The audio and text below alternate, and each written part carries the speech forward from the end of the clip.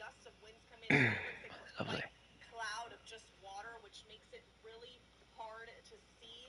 We're seeing signs that have come down, things flying, branches, trees that are smaller that look like they're practically about to snap. So the conditions out here really are not pretty, and they're going to be getting worse as we continue this morning. So we really just urge you guys to stay home. We'll be keeping an eye on things for now, and hopefully we're able to get a better look at the damage that's been done and the damage that will be done as we go into the morning and the sun starts to come up. So of course we'll report back here on West when we have more. Reporting in Daytona Beach, Pamela Combe, West 2 News. Wind and rain really whipping up. Can you give us a timeline of when you've been out there, sort of how the day began and what you've seen as conditions have gotten to where they are right now? So we just came in about an hour ago, but we were chatting with the crew that was here right before us. What? They were. Thanks, Kinga.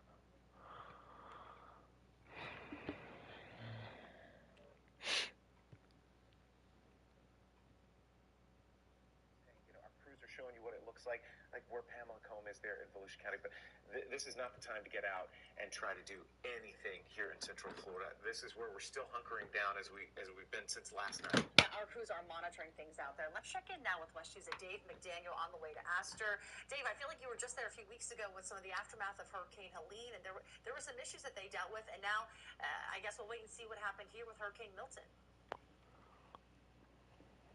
Well, obviously the storm is massive, and lots of wind, lots of rain, and Astor is a very vulnerable spot on the St. Johns River just because the water doesn't move through there very rapidly. It was at basically minor flood stage before Milton. It's already jumped into major flood stage. That's one of the reasons why we were heading up there. To be candid, we were coming up the interstate, coming into Volusia County. The weather's deteriorating rapidly. We have pulled over because discretion is the better part of valor. I want to show you outside our vehicle right now. We're in a parking lot where they still have power. You can see the wind is just driving this rain across the parking lot. Trees, of course, are being buffeted about a little bit. It's not as strong as it was maybe 10 minutes ago, but of course with a system like this, it's always very cyclical. I'll give you a shot from the roof of our vehicle. We have another camera mounted up there. Again, the storm is clearly driving this rain. The rain is significant, and quite honestly, there's going to be so many flooding issues we're going to be dealing with over the next few days. Like I say, we're eventually planning to be in Astor, where they're already into major flood stage, and that's going to get to near record levels over the next few days. Also, Lake Harney is going to be at major flood stage by the end of the weekend, and Lake Monroe in Sanford is going to be at moderate flood stage by early next week, because a lot of the rain that falls in the southern area of Central Florida, down into Brevard, of course into Orange and Seminole County, it all drains into the St. Johns Basin. That river runs south to north, so all of that rain, as it drains into the basin and flows north, it's going to create flooding issues all the way between, say, Brevard County, all the way up through all the communities along the St. Johns River until it gets to Jacksonville. And then when Jacksonville has high tides, as they are going to have high tides today and tomorrow, king tide, that means the water draining out into the ocean is going to be slowed down because the tide's going to be fighting it. So it's going to be a significant issue for a few days. Again, here in DeLand, it is pouring, it is blowing, and like I say, to be completely cautious, we have pulled over into a kind of a protected area, and we won't proceed until the weather subsides a little bit, because as we drove from Orange County into Volusia County, it got progressively worse. Safe out there, and we'll of course be checking with you here throughout the morning as you make your way to Astor. And so Dave's been checking out from Orange County to Seminole County to Volusia County, and on his way there to Lake County, Florida. Look at what we found right in Orange County off John Young Parkway at Colonial Drive. A viewer sent us this video. This is from a doorbell camera at the Maxwell Terrace Apartments, and you can see that there is major flooding there. Look at this view, kind of looking down to some of the apartments on the first floor. The viewer says the same thing happened 2 years ago when... Also, viewers sending us some video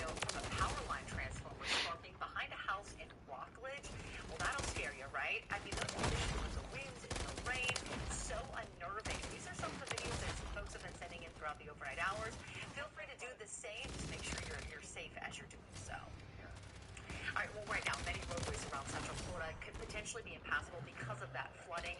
And as I mentioned before, our crews are all out over Central Florida, just monitoring the conditions here as this storm still is just kind of sitting over us right now. Yeah, and the rain right now, our team of first warning meteorologists are telling us, will be the situation that we have to deal with in these next few hours. So let's get to Kristen Lago. She's driving I-4 in Orange County right now. And Kristen, how do things look where you are?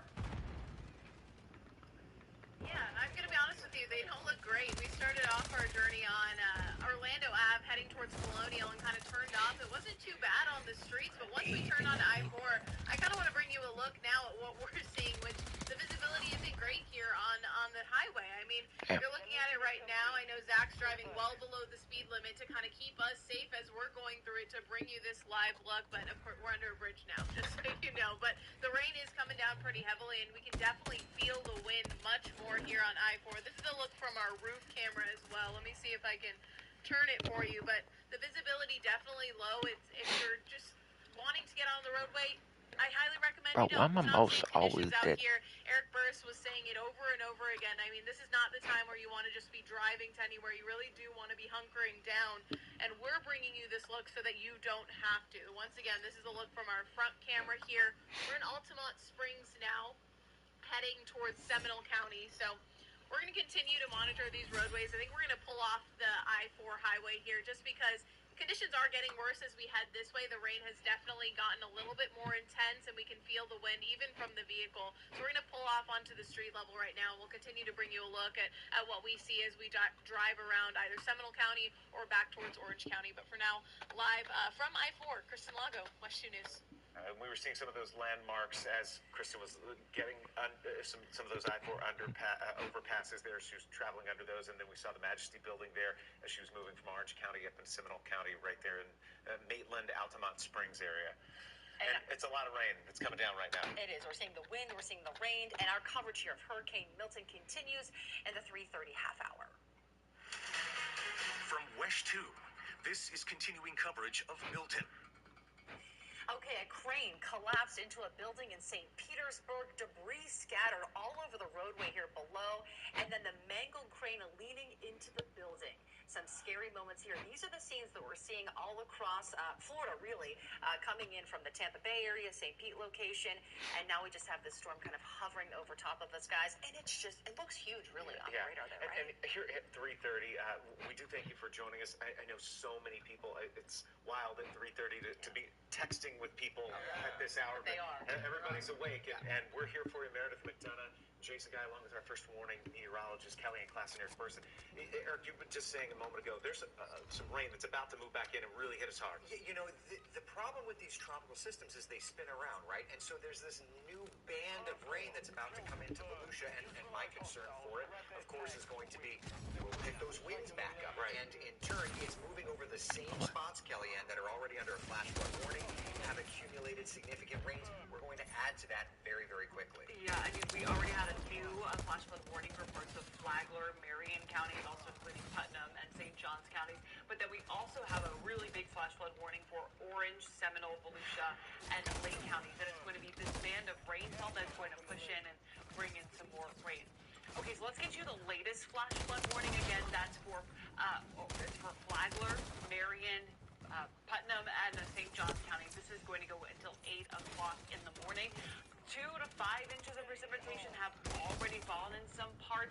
In parts of St. Johns County, around even 6.5 inches of precipitation. Same thing in Palm Coast. A couple of spots showing about 6.5 inches of precipitation. And into the Ocala National Forest. And they are saying about an additional 1 to 2 inches are possible. Right now, it's a steady rain. It's not quite that heavy rainfall that we're experiencing right now in Volusia County from Daytona Beach, Ponce Inlet, all the way down through I-4 around DeLand, Sanford, and down here into the metro in Orange County. This flash flood warning is going to go until 6 o'clock in the morning, and we have more rainfall on the way. Right now, we're looking at almost a foot of precipitation along I-4, and that is going to go up as this heavy band just sits over the same location. So flooding is ongoing at the moment along I-4 in Volusia County and parts of Lake County, as well as Seminole and Orange counties. And again, there's some heavier rain. It's indicated by the red shadings, these orange shadings as well, continuing to stream in the same direction with no really end in sight over the next, I'd say, hour to hour and a half. Now, the center of Milton is working through parts of Osceola and into Brevard counties. On the southern side, there's really not a lot of rainfall. It's just really a wind event for you. But north of Osceola County, we are dealing with a flooding event. That 3 o'clock advisory showing gusts as high as around 85 miles per hour, and it is racing off of the coast. So I'd imagine within the next hour, hour and a half, it'll already be off the coast of Brevard County. From there, working into the Atlantic, and then hour by hour, our conditions gradually subside, but we still have to look for gusty winds along the coast, which, Eric, those gusty winds creating a lot of power outages. And the unfortunate thing is that heavy band that you were just showing coming into Volusia County, that's only going to exacerbate this issue. There's 25%, a quarter of Florida without power right now. 92,000 in Lake County, that number rapidly rising. Nearly 200,000 in Polk County, 68,000 here in Marion, 76 in Brevard, and even across Orange and Seminole counties, 40,000, 18,000, 44,000 without up in Flagler County. You can see the hardest hit communities here from Hernando County back over toward Manatee County, Sarasota County, Hillsborough County, all with significant power outages. And I just want to show you some of the recent wind gusts. This is within just the last few minutes' time. 83 mile per hour gust at Ponce Inlet, 67 over in Daytona Beach, 65 for Palm Coast, 81 miles per hour up here in Greenland. Further My bad. it's not Shit. as high, but you're still talking about, honest to goodness, damaging winds. 53, 54 miles per hour across northern Lake County, 61 miles per hour in central Lake County, West Orange out near Winter Garden, about 57, 56 around, say, the tourist district in Kissimmee, 59 and 61 across the whole. So we're starting to see these numbers out west come down below hurricane strength, but still strong tropical storm strength, and you get that gust in a different direction. It could throw the tree limb down. It could throw the power line down. It could do that damage, okay? So that's why it's still very, very dangerous outside. Peak gusts today got to 99 in Ponce Inlet, 90 in Marineland, and 86 at Orlando International Airport, which makes this the second strongest hurricane we've seen in Central Florida in about 50 years or so, since Donna, if not more, going back to 1960. This is a shot, and it's really difficult to see, but I'm trying to watch the ocean level. This is over at the Daytona Beach area from beach safety, and I'm trying to just get an idea of where we are in terms of storm surge. Winds are blowing ashore here, and we should be piling things up. So if you live out there, certainly do not go to the beach without a shadow of a doubt. It's just not the time to do it, okay? Winds are very, very gusty out that way. And I think that we'll stay gusty in Central Florida until about lunchtime. It'll clear out first out west and then gradually work out to the east. But the morning is rough. Into the afternoon, we'll clear things out more and more, and we'll look better and better. And that'll give us the opportunity to clean up. That'll give us the opportunity to survey where we are. I would also just advertise that a significant portion of injuries and deaths in hurricanes take place after the storm exits, because people are doing things like driving into power lines, driving into trees. So as the winds calm, give those first responders, the linemen, line women, paramedics, police officers, give them time to clear the roads and get everything taken care of to be safe. We'll be with you every step of the way, though, to be your eyes and ears out in public here in constant communication with those first responders to know where we can and cannot wander. We'll have more weather for you in a couple minutes. Okay, Eric, and now we want to take folks over to the Tampa area. Who's there? Our partners at WFLA, they're driving through different locations in Tampa, and we already know the Tampa Bay really is already prone to flooding. It's a lower elevation. Bayshore Boulevard, New Tampa, South Tampa, all those locations do tend to flood. The storm surge was a huge concern. So they're kind of just taking us for a ride here to see what it's like in that area. And we have crews there along Tampa as well to check things out, especially they dealt with so much after Hurricane Helene, so much storm surge and really debris left over from that hurricane. Yeah, and keep in mind, it was about 8:30 last night. Hurricane Milton made landfall here in the Sunshine.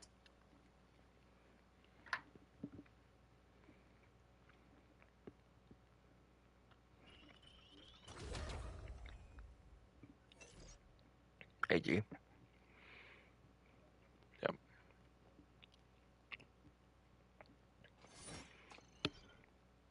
I think Figo was in there before I joined.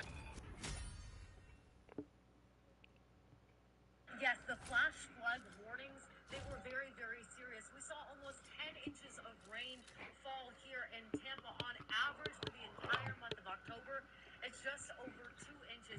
The street behind me turned into a river with water flowing steadily downstream and taking debris with it. We were feeling strong wind gusts of up to 100 miles per hour blowing us down the sidewalk. It was really powerful in the hours leading up to Milton's landfall and also in the hours after Milton made landfall. The mayor of Tampa said that it was going to be a rough few hours, and she wasn't lying. We had power for a long time here, but just before we lost power, there's power lines above us. I know it's dark now, you can't see it, but those power lines started to spark and set flares across the street. We had to run for cover to try and get out of the way of danger. The power pole itself started to shake. It became a really dicey situation where we were here in Tampa. We were far away from where this storm actually made landfall. You can kind of hear one of those wind gusts coming in right now. This is still the remnants of the outer bands of Milton as it treks through Florida. Lee Waldman there in the Tampa area, giving us an update on those conditions. Back here at home, it's getting loud, and there's a lot of rain coming down. We've seen another band of it move back into the area, especially folks in Volusia County. But we've got so many areas where there is the potential for our waterways to reach the flood stage and beyond. Yeah, let's check in now with West 2's Dave McDaniel on his way to Astor. Dave, you've been covering these storms for decades. I know you know this location so well, and they really are prone to flooding there. We are prone to flooding there, but we've taken a protected position here, right on the Deltona to land border, if you will. And we wanted to show you exactly what's going on. As we mentioned earlier, the conditions here are truly deteriorating. Actually, this is a little bit lighter, the view I'm giving you right now, from what it was maybe 4 or 5 minutes ago when it was really howling. Clearly, Volusia County, as the storm moves more toward the coast of Brevard County, that whip-around wind around that tropical system is really pounding Volusia County, driving rain, heavy wind. Like I say, we're seeing a lot of driving rain, but it was probably another 10, maybe 15-mile-an-hour wind earlier, maybe 4 or 5 minutes ago. So it is. It's just that banding. It pulses up and it pulses down. But yeah, we're in a situation where this rainfall is going to matter. In Astor, they were at minor flood stage yesterday. They're at major flood stage already, and that's going to come to near record by in the next couple of days. Along the St. Johns River at Lake Harney, they were at action stage a few days ago. They're going to be at major flood stage by the weekend, and on Lake Monroe and Sanford, they were at action stage, and they're going to be at moderate flood stage by early next week. And again, now things are closing down just a little bit here. It's not nearly as bad as it was, but we actually were heading up I-4, going to Astor to show you the situation with the flooding there. It got dicey. We got off the road, got a protected position, and we will sit it out here until it is safe to proceed. But clearly, Volusia County is really getting the whipping winds and rain of Milton as it is proceeding east. It's wrapping around, and that wind coming out of basically out of the northeast is very significant. That Hurricane Ian, where the folks there saw some sort of, I mean, that was such an insane rain event. I think we were saying it was, a 100-year storm kind of thing. But Dave, just, having to rebuild and recover from all of that, and then just 2 years later have another big event.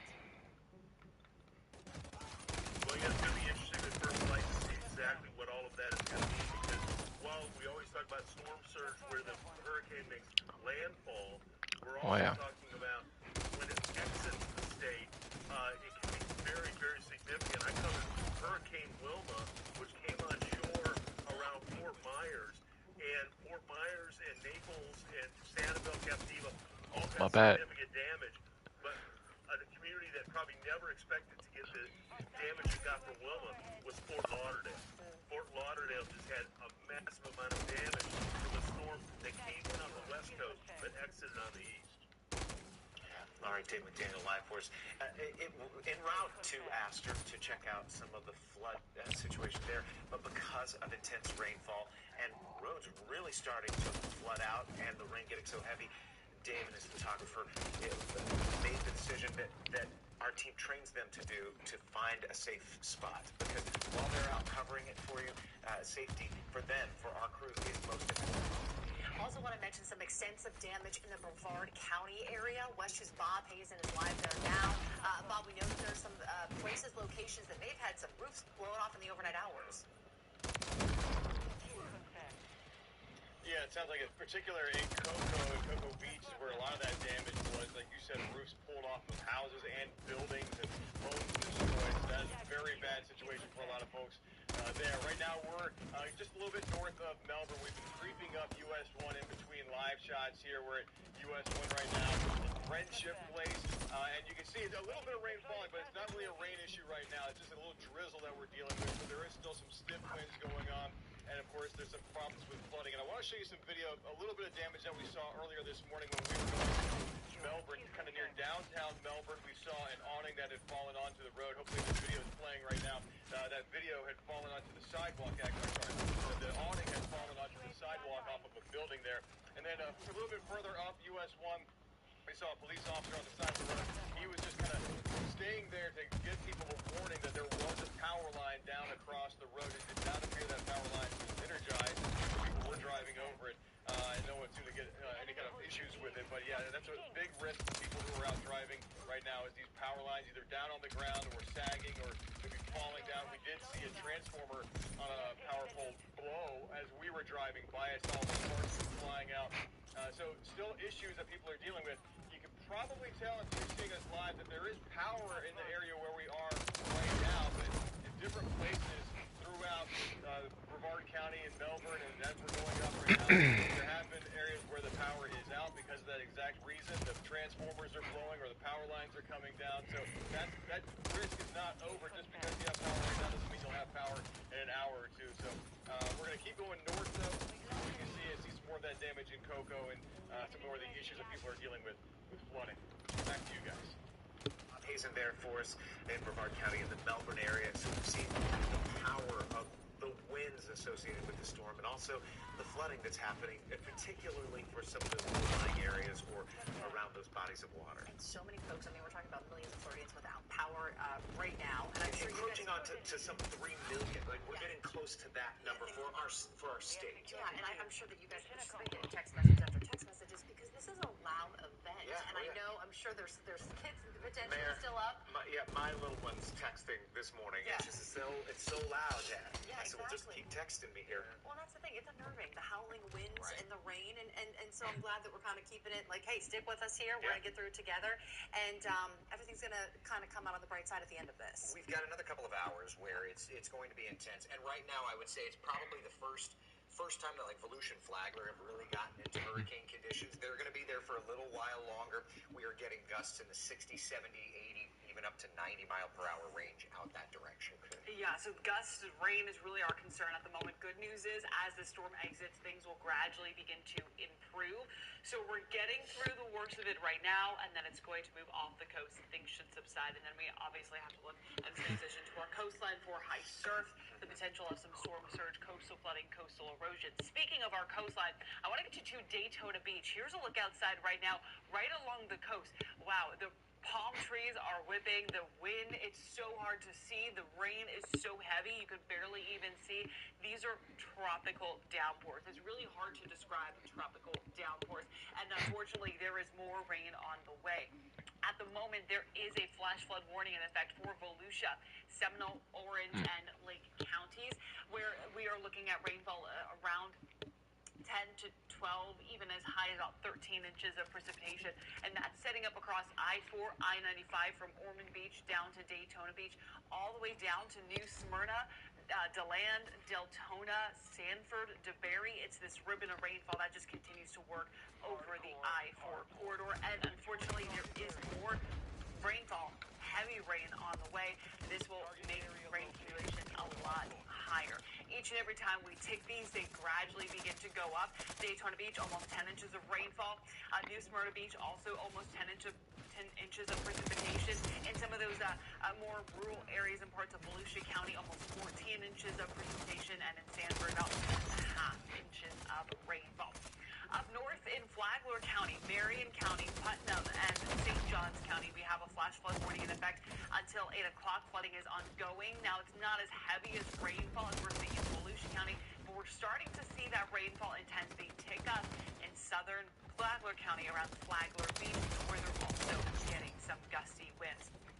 For the rest of Marion County, Sumter County, and Lake County, still a steady stream of rainfall. The center of Milton is beginning to push into Brevard County. Interestingly enough, the southern parts of Milton not really producing a lot of heavy rainfall, but it's producing very gusty winds. We're also going to keep a very close eye on our river levels. Here's a look at the Little Wekiva River near Altamont. We're already at major flood stage. That's going to continue into the afternoon hours. Flood stage is 29.5 feet. By this evening, forecasts are showing it's going to go below the major stage into moderate, but we're still going to deal with ongoing flooding there. There are so many rain gauges across central Florida that continue to see the rain and the rivers. So we are going to continue to comb through that information. That's just one piece of the puzzle. Eric, we still have to get through those gusty winds. It's going to be a little while, right? We said that it was going to be a rough night, and here we are. It's almost 4 a.m. Things are progressing. So for the next couple of hours, I'd say that we're still in some rough weather, but we'll clear out west. Then through about 7 a.m., then we'll clear out through the metro, and by 8, 9, 10, 11, 12. It's going to take a little while longer here at the beach because you're just more susceptible to that wind as the hurricane works off the shoreline. And it's still very much a hurricane, even if the winds are not howling at your home. Tell that to our friends here in Volusia and Flagler, dealing with 70, 80 mile per hour wind gusts even as we speak. Outside, I want to take you to one of our traffic cameras. This is US 1 and I-95, and the rains are kind of coming in sheets. And if you look, you can almost see on the street those little gusts. And that's the way that this works. You're going to have a steady stream of wind, but then there's these little sheets of wind energy that push just a little bit more. And it's those gusts that are really the most destructive part of the storm. Kellyanne had been talking about those flooding conditions. I just want to show you our futurecast modeling. We're running it every hour now. And through the remainder of this afternoon, it's still forecasting areas highlighted in yellow here, an additional 2 to 3 inches of rain and a good swath of areas 1 to 2. Certainly there could be some isolated pockets with more, but you know, when we get done with this heavy band, hopefully we'll be able to get done and over with the overall concern. We've been talking about the gusts. I just want to show you out west, there's no sustained winds. Certainly we know that's not the case, but without power, all of our reporting stations are just unable to report. And maybe it's not a power issue, maybe it's an internet issue, but either way, there's communication issues. But we're sustained, 54 sustained here at Daytona Beach. That traffic or that weather stem camera that Kellyanne showed definitely reflected that, right? Look at the difference in wind, though. Onshore here at Daytona Beach, offshore in Melbourne. So for Brevard County, we're not looking at a storm surge concern, though I would say, particularly from about Ponce Inlet northbound, northern Volusia, through Flagler, through St. John's, with that direct onshore wind flow, there is certainly the concern of seeing storm surge. And that's why the forecast called for up to about 5 feet of storm surge. Now, the tide is coming down, so that does help. Fort Myers, meanwhile, is currently dealing with about 4.25 feet of storm surge. This area obviously was just vastly changed after Hurricane Ian a couple of years ago. And then Helene a couple of weeks ago pushed storm surge flooding ashore. And unfortunately, they're dealing with a significant So he gave me a lick already. Now, into Tampa Bay, because of the angle of attack where the storm made landfall, I don't know why the comment's coming up again. A flooding event there. It came in just south. But from Sarasota, Bradenton, all the way down through Charlotte Harbor, Captiva, Sanibel, Pine Islands, that's where the big storm surge event occurred. But the storm system, again, it's over us now. It will move away from us over the next couple of hours. So while this morning is rough, we do get better later in the day and eventually see the sun come out. It's going to be a breezy day. Next few days, a shower here or there. Otherwise, lower temperatures, lower humidity, lower wind. Look at these morning lows. Temperatures in the upper range of the 60s. It's rough out there, my friends. Flash flooding, a significant concern. Wind gusts, a significant concern. Kellyanne and I are going to go look at the latest data. We'll have another update in a couple minutes. Eric, you would show the traffic cameras at different areas throughout Central Florida, not looking good. At Marion County, we do want to mention officials there. They're telling people, encouraging them to stay off the roads until noon today because things are looking so rough out there on the roadways. And a lot of times folks want to get out there and see it, you know, but just stay inside for officials can get a lot of things. It's not safe. From Marion County, got to think there could be trees down blocking roads. There could be power lines posing a huge threat. And so emergency responders, when it's safe, want to get out. The crews will check these things and make sure everything's clear. And that's why they're saying we need until about noon there in Marion County. Not a fucking clue. Orlando, we are hearing word from police and the Orlando Fire Department that crews are getting back on the road. Now, one of the things I did a little research on is that they're not able to be out. They halt operations when the winds exceed 40 miles per hour. So as long as those winds stay below that 40 mile per hour threshold, Fuck out of my way. they can respond to calls. And so if you need some reporting of damage, if you want to tell authorities about that, there's a sensitive information Probably. line. It is open. That's where you'll want to report damage. Don't call 911 with that. You call 407-246-HELP. So 246-HELP. That's 246-4357. And that's a great way to make sure that officials know that you're there. Now, if there is an emergency, fire and rescue and police can respond. You can make a call for an emergency to 911. The rest of the things, go to that information line to report a tree down or some other debris that you may have spotted in and around where you are. Okay, so Orlando Police and Fire back on the roadways. Also, our Kristen Lago, she's checking out the conditions, was in Orange County just a little while ago. Kristen, take us on your journey. Where are you headed now, and how are things looking? Yeah, we're on Orange Blossom Trail right now. We just crossed over into Apopka. And I have to say, we talked a lot about the winds in Brevard and in Volusia, but it's pretty gusty out here as well. And actually, as we crossed over into Apopka, we noticed that a lot of these street lights were out. So I want to bring you a look overhead and in front of us right now. So this is the roof view. It's a little darker out here, and you can definitely see that the visibility, again, isn't great out on these roadways right now. We're traveling northwest on Orange Blossom Trail. This is a look at our front camera as well. So some of the street lights were out just behind us, so definitely not the best conditions to be driving in when there's power outages and things like that. And then the wind just continues to blow in every direction. We've seen a lot of debris on the ground in front of us as we're sort of driving through, whether it's tree branches or different things or different plants that we're crossing by. What we haven't seen a lot of are other cars. It sort of feels like a ghost town as we drive through these different areas. A lot of rain still coming down. That definitely has not stopped as we've driven throughout Orange County, whether we were on I-4 or now back here on the street. So a lot of people are heeding these warnings. There's not a lot of people out right now. I think we're the only car on this roadway right now. And that's kind of the way we want to keep it. You want to stay inside right now. There's a lot of gusty winds. The power is out. I think you can see here again, if I turn around. Got him. Well, and turning that around, that's what you have happening is we're using some cellular technology there and sending data that way to get it back to you on TV. And sometimes it's just not going to work for us. What you're finding out is you're trying to stay connected to us online. If you've lost electricity, the service sometimes themselves because of the outages is a little spotty. Jay, you mentioned folks wanting to stay connected. We've had some viewers, especially in the Volusia County area, send us some video in of just the winds and the rain that they had overnight. Washington's Pamela Combs, she is there in Volusia County. And Pamela, another big concern is that flash flood warning. That's in effect for another about, until 6 a.m. this morning.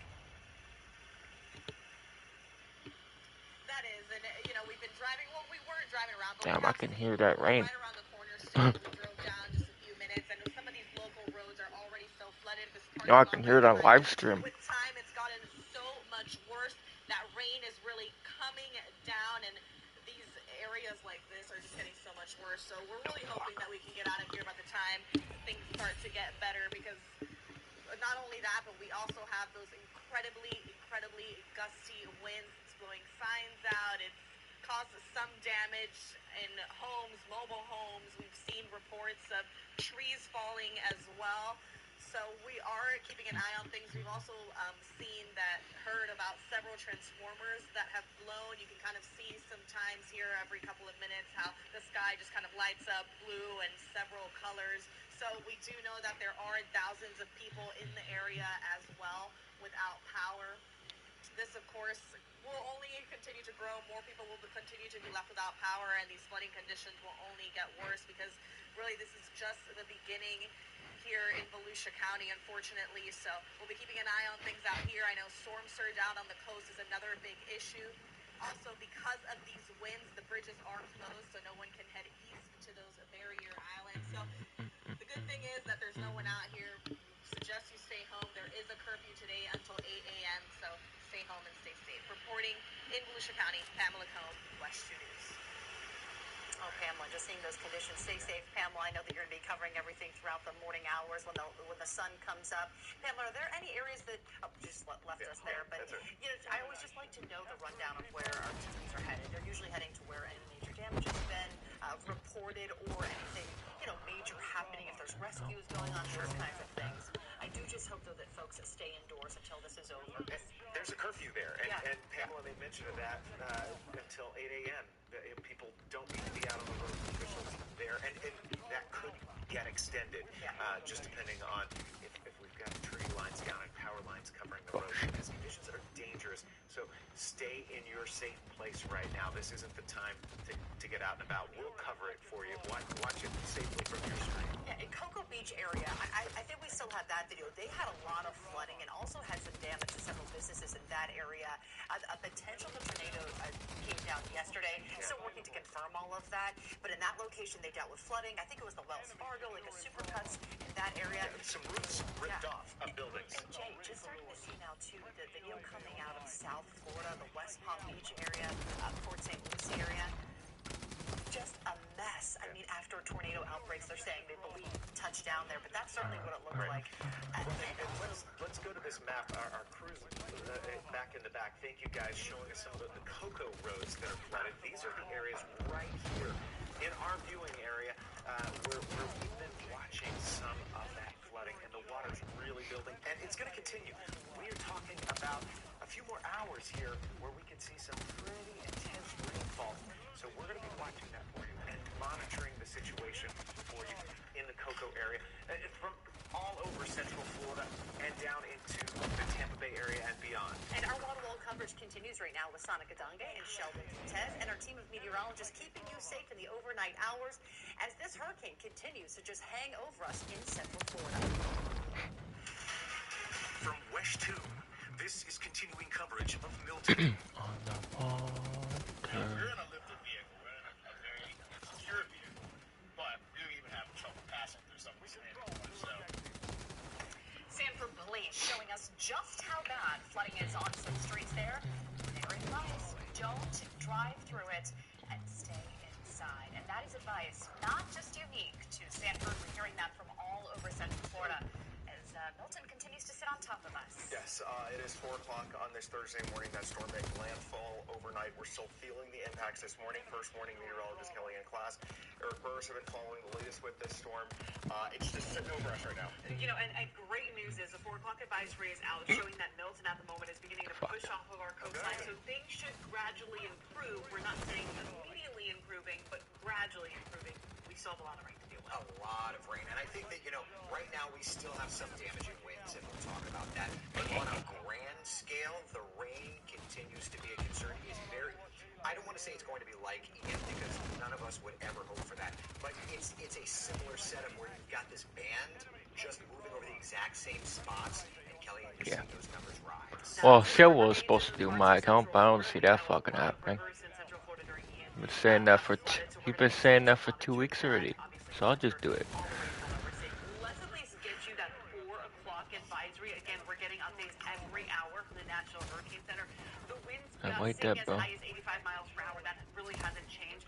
It's racing, though, to the northeast at 18 miles per hour. So by daybreak, this is going to be off of our coastline. That center of circulation now working off the cape of Brevard County. At the same time, though, we have this ribbon of rainfall setting up fuck the helicopter. Florida, basically mirroring right along the I-4 corridor and now stretching into parts of Flagler County. So we're not done with the rain yet, even though Milton's coast, or Milton Center rather, is moving off the coast, but we will gradually get there. And we want to remind you of a flash flood warning in effect for Lake, Orange, Seminole, and Volusia counties going until 6 o'clock this morning. We see rain accumulations as high as 10, 12, maybe even almost as high as about 13 inches of precipitation in some very localized amounts. But with more rain on the way, these will go up. So flooding still going to be expected over the next couple of hours. Overall, though, it's just blinding heavy rainfall all across Volusia County, now working in the parts of Flagler County, and that ribbon of rain still continues to stream in from the Atlantic. Out in Flagler County, Marion County, we also have a flash flood warning in effect until 8 o'clock in the morning, and that's because we've seen about 8 inches of precipitation now stretching into southern Flagler County, and there's going to be more on the way as that ribbon of rain continues to work up towards the north as well. So we have ongoing flash flooding across a good chunk of central Florida. We've also had a lot of storm reports of gusty winds and flooding rains, and even some storm reports as high as about 9.4 inches of precipitation in Espanola, in Bunnell, around Flagler County, going down into Daytona Beach, reporting wind gusts earlier this morning about 82 miles per hour. Even in Brevard County, a wind gust around 78 miles per hour earlier in the morning. But now that it's pushing offshore, things should gradually subside, but it's still going to remain gusty, especially on that backside. And even in parts of southeastern Brevard County, we've had flood reports in the Grand Valkyria area. So we still are going to be dealing with storm reports, gusty winds, the potential of flooding. Obviously, we're going to be looking at our rain gauges, working on that data to get you. But it's really, really gusty outside, which, Eric, has been leading to a lot of power outages. Well, and you had mentioned in Grant the flooding. I mean, that there were people rescued, so we're already starting to see the unfortunate fruits of Milton's labor, right? In terms of impactful events, this is definitely going to be one Central Florida will remember for quite some time. Power outages absolutely growing. More than a quarter of Floridians are without power this morning. And in our area, nearly 200,000 residents here in Polk County without power. Nearly 100,000 in Lake County, Brevard County, 76,000, 80,000 here in Volusia County. And then across the rest of town, you got significant numbers around. Recent wind gusts show, I would suspect, that there will be more power outages as winds continue to shift as the center of circulation is now working off the shoreline. But these, we've been using this color scheme the entire event on Futurecast. Now we're actually plotting current winds, and the reds and browns really show where the damaging winds are located. And you can very clearly see What's up, you lazy fuck? Marineland, 78 at the Daytona Airport, 62 over at Flagler County Airport, gusting to nearly 60 here at Patrick Space Force Base. The port gusting to 51, and even across the metro, 55 Winter Garden, 52 out near Lake Louisa, and 56 miles per hour out near Claremont. So very impactful winds still as the center of circulation. Because you said you were going to do my account for 2 weeks already. Where's the progression? Even if you live out west, I saw a 65-mile-per-hour wind gust out near Spring Hill, which is almost on the Gulf Coast. So it's still gusty, and it's the gusts that are going to do a quick hit and bring down tree limbs, which would bring down power lines and the like. Yeah, Beth ate McDonald's last night. I told her better not get fucking food poisoning. Lunchtime, that's when the shore communities are able to come out and about. Thanks, AG. A little earlier the further west you are, but basically this morning is the rough weather. Then lunchtime, still more and more sunshine. And we're going to have some work to do. We're going to have to clean roadways from debris. We're going to have to wait for floodwaters to subside. That flooding continues to build fuck on my way. Concern. And then, of course, how long does it take for all of our rivers and estuaries and other tidal basins to drain this out? What about the storm surge over in Volusia, Flagler, St. John's, Duval counties? Let's check in. Fucking sledgehammer sucks. Developing weather story when we see you coming up in just a couple minutes. So fucking slow. We just heard Eric mention that nearly a quarter of Floridians are without power right now. So we do want to give you a little reminder here. More power outages could happen. If you can't watch us on TV, West 2 is simulcasting on the radio right now. You can listen on Magic 107.7 FM. You can also listen on the iHeartRadio app by tuning into. I'm trying to do this new event. And as always, West 2 uses wall-to-wall. I can level up faster. Streaming on the very local app on your phone. All right, Eric was just talking about the fact that the circulation of the storm is moving closer to the eastern coast of central Florida. But you and I just walked outside for a little bit. We saw the sideways rain here in Orange County, and that rain is continuing to fall Yeah, I'm not getting anywhere with the sledgehammer. Tell you that now. So fucking slow. Is joining us now from seen problems with flooding, Spencer. How are things looking at this hour? We can see it's certainly windy. Fuck this shit. Really windy. That's what we're seeing right now. The rain is going on and off, but the wind is Yeah, thank you, painting a picture here. It almost is like taking sir. away. My hat literally just flew off, and my photographer Ramsey is a saint. But none of the flooding that we're seeing years ago in Ian, nothing compared to that. But we are seeing a lot of minor flooding out in these streets. Of course, when the sun comes up, we'll be able to see more of that. We've also seen a lot of the power out is here. When we first came here, there were lights out. We saw a lot of transformers. Whoa, you could just hear them, but the power is out at the moment. But the wind is just really here. Probably stocked up before it happened. I don't have a clue. Out in a couple places, we saw the power on in other places, but we saw some minor flooding. But the big thing here that we're seeing is wind. I'll toss it back to you guys. We're live in Orange County. Spencer Tracy, West 2 News. All right, Spencer, thanks so much. We can see just how windy it is in that part of Orange County. We're getting a look at the conditions all over our area this morning, and we know that Lake County, they're dealing with a lot of power outages this morning, but also other issues connected to the storm as well. Yeah, Lake County is also concerned about the flooding, especially near the St. John's and other areas. We want to bring in Dave McDaniel now, who's been making his way through Lake County. And I know a couple of times there, McD, as you were driving down the road, conditions were getting so bad, you were actually pulling over. What are things like now?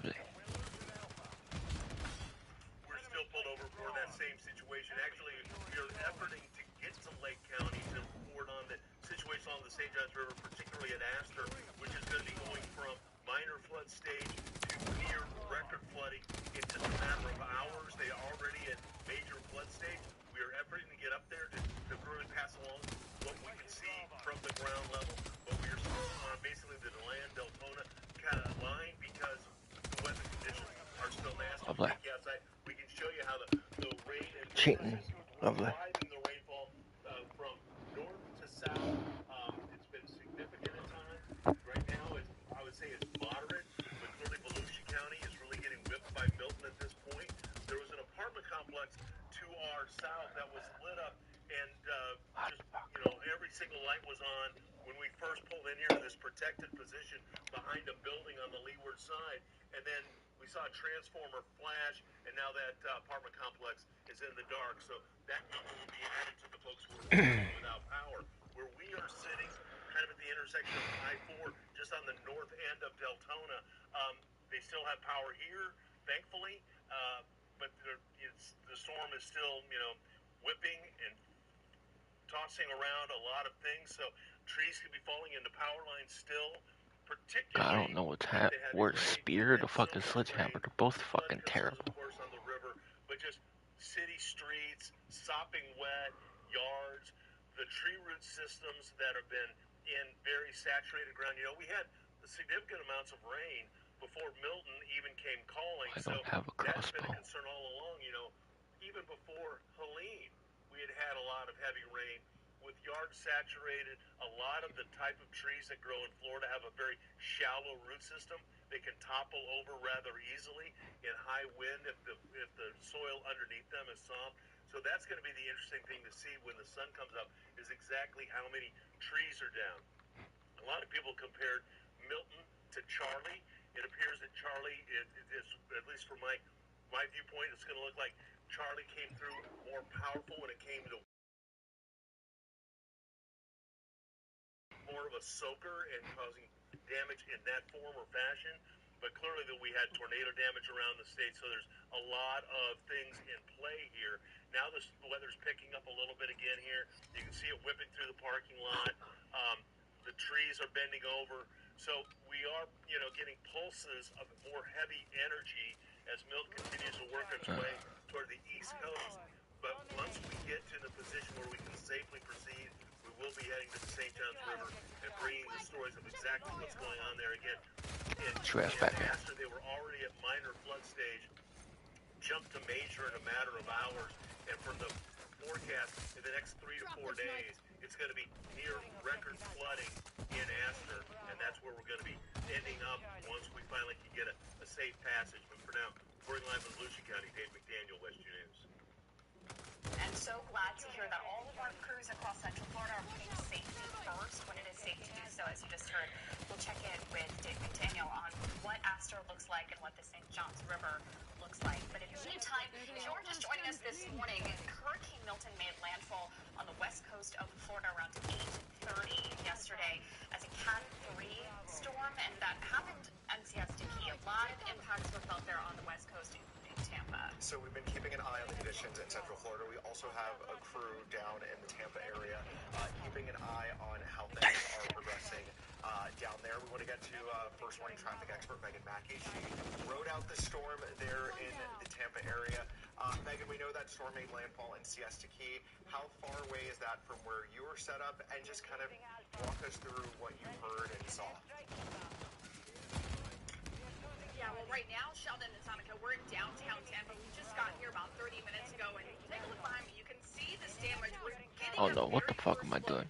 And all the damage that was done by Milton overnight. Now, this building here, if you're familiar with downtown Tampa, it's on Tampa Avenue at Polk Street. And I was talking to some police officers in the area, and this was a condemned building. So it doesn't look like it was a business. It's been around for a while, but you can see all these bricks and rocks, and it looks like it kind of crumbled from the top of the building. So we'll have to get with meteorologist Eric Burris and Kelly in class to see if there was any sort of tornado warning in this area last night. But you can see, dude, I just need to get lucky. here, and police do have a part of the street blocked off, and this is why Oh yeah, do it 2 more times. People to stay inside. We've seen a lot of people come out, kind of looking at the Just stressful as fuck. Looks like it is just a part of that building, though. But we're kind of standing far away because we don't know how sturdy this building is, of course. So you can see just how big these bricks are in this area. And getting into downtown Tampa, there was a lot of hazards. We saw some down trees. We've even seen some down stoplights.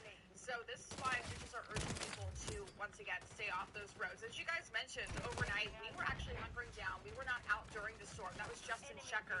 We started our shift at 2 a.m., and we were staying in a house, hunkering down overnight when that storm made landfall near Siesta Key. And I can tell you, it was definitely the windiest and loudest hurricane I've ever felt. Of course, we lost power, but we are safe. We are doing okay. But I can tell you, there's lots of hazards on the road and a lot of power outages. You can see over here a lot of people out here looking. Get your ass back here. We've seen pretty much all morning in downtown Tampa. People kind of wondering what kind of damage is going on here.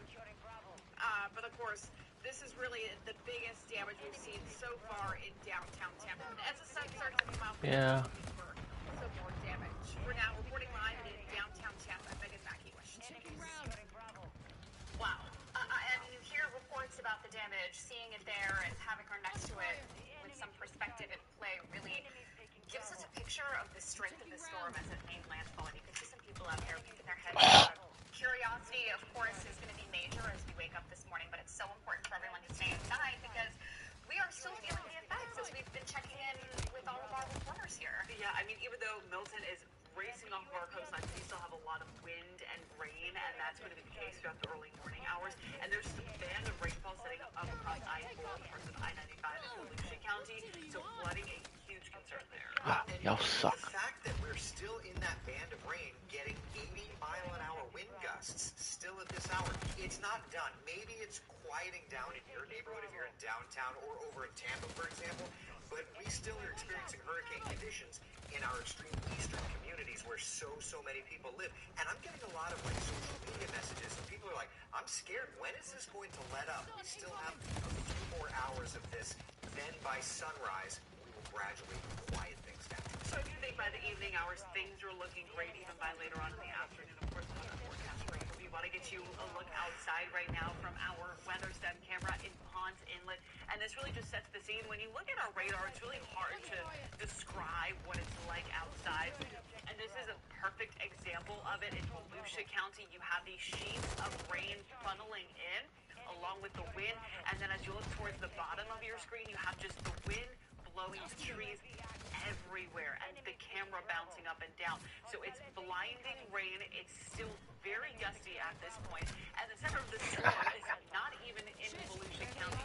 You just have the storm exiting. You have all of this rainfall dumping down at once, producing those gusty winds and a lot of flooding. All of these neon green boxes you see are flash flood warnings or some type of flood warning. And again, it's this band of rainfall that we're seeing right now set up across Volusia County, Seminole County along I-4, now pushing into parts of Flagler County. So Flagler County, you're going to be really concerned about flooding over the next couple of hours. So flash flood warning in effect until 6 o'clock for Lake Orange, Seminole, and Volusia counties.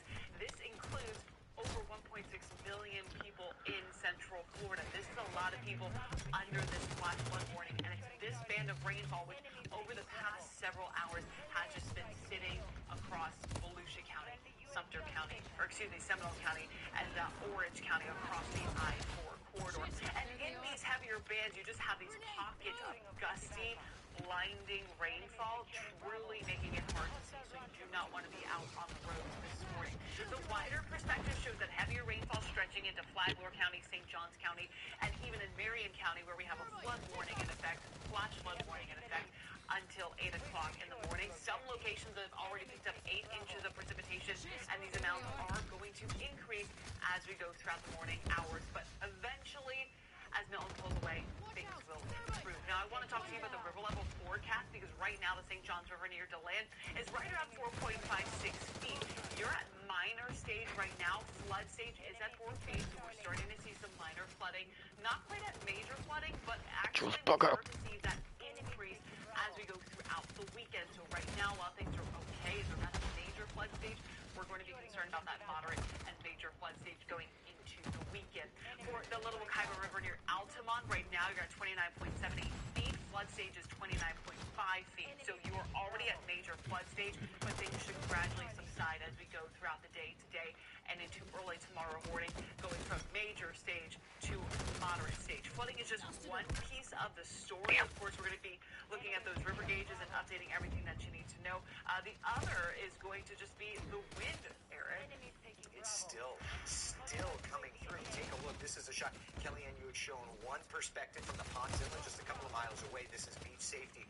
And we're starting to see some darker areas, some pockets without power in this area. I'll mention the power outages coming up in about 10 minutes or so. But it's still very, very windy. It is still a very, very impactful time.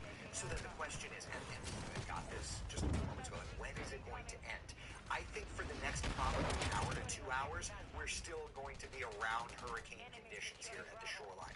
But when do things actually gradually quiet down? I'd say out west, the tropical storm force winds quiet. And, maybe we'll tweak this map a little bit to get into, when the actual worst comes. So we'll come back to that. Let me just look at some new data. But here's where we're at, okay? Let's take a step back.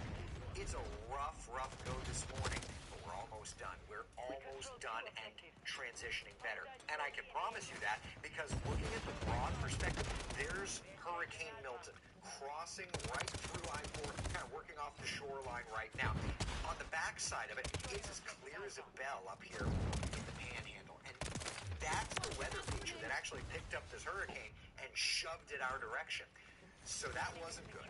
The good part, though, is the dry air that will come in behind it. Atmospherically, this was very similar if we were here. I remember Wilma, same idea. Wilma got picked up and thrown into Florida, but there was a dry slot afterwards. So we're getting there.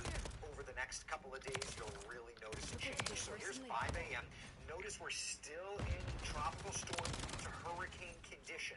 What did I say? A couple more hours, right? By about 6, 7 o'clock, it's still gusty, but things are quieting down, right? Into the metro, sustained 20, 30 miles per hour, sustained 40, 50 miles an hour at the shoreline. Then by 9 a.m., it's sustained 20, 30 inland still, but sustained 30, 40 along the shoreline. And then little by little, notice 11 o'clock, the winds are calming. By 1 p.m., we'll stay breezy all day. You can't help it. There's still a hurricane in the vicinity. But by dinner time tonight, the wind shift out of the north, and it's going to grab some lower humidity and drive it down our direction. So, I'm not saying this was worth it. None of us are going to think that. But at least we're going to get the change here looking ahead to this afternoon. This afternoon, breezy, a lower humidity, maybe a little bit.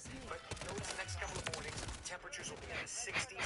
Daytime highs in the mid-80s. We'll keep the rain chances low. So at the very least, looking ahead for cleanup efforts, there's going to be some, at the very least, some homes on shingles, down. Maybe we'll have to tweak around with some trees. Power crews, linemen, line women are going to be having to get up in those bucket trucks to repair things. It'll be calmer. The weather conditions will be better. And at the end of the day, we're going to be okay. There's sunshine at the end of this, okay? If you just remember, it may be loud outside now still, but there's sunshine at the end of this, and the sun will come out in just a couple of hours. That message, Eric, thank you. And that forecast for the weekend, a big relief for people who know that cleanup efforts are going to be well underway. Ongoing for sure. Yes. All right. Not that you should be going out on the roads, but even if you were to, there are a lot of roadways around Central Florida that are impassable thanks to all of that rain that we've been getting and flooding. Yes, we checked in with Dave McDaniel and his crew earlier. They actually pulled over because they didn't feel safe driving in the conditions. Our colleague Kristen Lago and Zach Maskovich, they've been driving around on I-4, sometimes rerouting, Kristen, because of the conditions that you guys have seen on I-4. Oh, yeah. I think rerouting has been the name of the game for us tonight. I mean, it's easy to say. Conditions are rough out here. Just when we were trying to head towards Winter Springs to investigate some possible flooding out in the neighborhoods in that region, we were trying to get on the 414 East entrance off of Orange Blossom Trail, and I think we have the video for you. We tried to drive in, and it sort of crept up on us, but that area, that entrance is completely flooded. Zach and I just didn't feel safe crossing that. Even in these higher-up vehicles that are so high above the ground, the water had just sort of collected there, and it was impossible to cross. So definitely not a safe area, and like I said, it does come out at you pretty fast. So if you're not paying attention, you wouldn't have noticed the water, and you could definitely get stuck in areas like that. But that's not the only thing we've seen as we've been driving along these roadways. We also came across in Apopka a street light that had fallen from the ground, and again, sort of crept up on us because some of those street lights are out, so it is a darker area out there. So definitely not safe conditions for anybody to just be driving out. We bring you these visuals to let you know that it's important that we still shelter in place. I'll bring you a look right now sort of on I-4 as we're out here driving again towards Winter Springs, and you can kind of tell the rain is still coming down steadily. The wind is whipping, and we've been feeling these strong gusts that are rocking our vehicle. So I'll give you one last look here from the roof camera, if I can figure out how to maneuver it. There we go. So visibility not great out here on the highways or on the street level. So definitely better to just stay inside right now. We'll bring you those visuals. And again, we are rerouting. We are pulling over when we don't feel safe. So we're definitely keeping our safety top of mind as well. But we'll continue to bring you these visuals as we progress through the early morning hours. We're now on I-4. Kristen Lago, West 2 News. Kristen, we're so glad you're taking safety as the primary concern here, but I'm curious, I know you've been all over Central Florida in the last couple of hours, from Altamont Springs over to Apopka. What have you seen in terms of damaged stoplights or transformers? What's the situation like on a broad scale? Yeah, I would say we didn't see too much damage locally here in Orange County, and by locally I mean nearby the West 2 News station. So in that Orange County region in Winter Park, all we saw really was damage from tree branches that have fallen down. But in Apopka, a lot of the lights were out, so a lot of blown fuses, I would assume. The street lights, a couple of them were down, and then that's in that region where we saw the flooding. So I would say that's the majority of the damage that we've seen from the storm, and the winds still are whipping around. So I would say we might even see more as the early morning hours progress, and we are on our way to Winter Springs right now to see if there is possible flooding there. So we'll bring that to you as we get into those neighborhoods. We appreciate you guys being our eyes and ears this morning, especially as people are waking up and wanting to see what it looks like outside. But again, we cannot stress enough, our crews are putting their safety first, and if they don't feel safe, they are pulling over, stopping, rerouting, as Kristen was talking about, rerouting being the name of the game this morning. That way we can give you guys all the information at home and help you plan for the rest of your day. The rain was coming down hard throughout the area. Kellyanne and Eric were talking about the storm is now shifting eastward, and we still have crews in Brevard County as well, keeping an eye on what's going on there. We certainly do. We want to check in with West 2's Bob Hazen right now, who last time we checked in with you, Bobby, you were describing more wind than rain. Is that still what you're seeing at this hour? Yeah, it's just really a drizzle that we're looking at right now. We are in Cocoa. In fact, we're right next to the water tower in Cocoa. And I want to show you what's behind me here. We have no power in this particular section. You can see whatever light you see right now, that's coming from our headlights. But the street lights here are out. All the businesses around out here out of power as well. I was actually talking to photographer Mike Hansen on the way up here. I was kind of impressed about how many places along US 1 from Melbourne through Rockledge still had electricity despite all of the storm that we had with the tornadoes and the rain and the heavy winds. Then we get up here to Cocoa and it is out. Of course, a lot of places are without power right now because we have seen power lines down. We saw a transformer blow as we were driving past it on the way up here. And the other big issue that people have been dealing with is flooding, especially in Cocoa. We're going to go check out some of those spots as well as those tornadoes. When I was driving over here yesterday afternoon, that's when we had all of those tornado warnings that were coming in one after another in Brevard County and in Cocoa in particular. So that's a huge issue people are going to be cleaning up today. We do know a roof was torn off, commercial buildings, houses also destroyed. We're going to keep on going on this way, check out the scene in Cocoa with that flooding, and we'll have some more for you as we get closer to that. Back to you guys. All right, Bob, thanks so much. We appreciate that. Our 4:30 hour starts, or half hour starts right now. You're watching continuing coverage of Milton from West 2. And as we start the 4:30 half hour right now, we've got some new video into our newsroom from the Sarasota area, and you can see the wind whipping through the trees there, the rain coming down in gusty bands in that region. Just been crazy up and down the coast. This storm made landfall last night on the Siesta Key area and is now moving over central Florida. Made landfall as a Category 3, and we know that this storm is already deadly. We saw so many tornado warnings across the state. It was almost unbelievable to watch the radar and the video coming in, particularly from the Palm Beach County area where those deaths were also reported there in San Lucie County. It has been a night. We know so many people were not able to sleep. So as we get going here at 4:30, which is usually when we start our West News Sunrise newscast, get us up to speed with Kellyanne and Eric here. Where is Milton right now, and what can we expect throughout the day? Milton is pushing off the coastline, so while the core of the system is now beginning to move offshore, we're still dealing with a lot of rain and wind. Even a recent wind gust in Seminole County of 74 miles per hour. Yeah, at the Sanford Airport. And I think that just illustrates the idea that it's not over with, not by a long shot. We're still seeing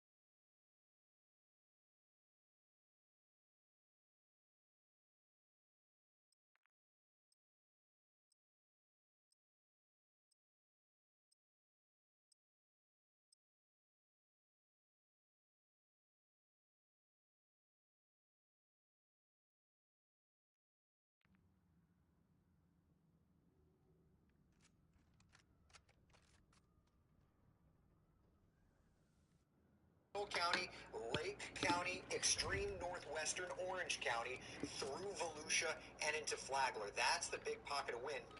And the problem is, it's going to rotate around the center of circulation. So as the center moves away, this envelope of wind will continue to move in. So we're not done with the damaging wind potential here in Orange County. It's that same ribbon that Kellyanne has been discussing for flash flooding. That flash flooding threat also has some significant wind energy. So that rotates around and eventually could potentially move over to Brevard County. So just a heads up if you live out that direction. Still in the hurricane for still a little while longer. Peak wind gusts damn, this bitch got a shoots far. 99-mile-per-hour wind gust in Ponce Inlet, which makes this the second strongest hurricane to move through central Florida in probably 50, 60 years, going before Hurricane Donna in 1960. For Marineland, had a gust of about 90 miles an hour. Orlando International Airport gusted to 86 miles an hour. Daytona Beach will have to change that because you've had a higher gust. And Four Corners at 75 miles an hour. Look at the power outages, okay?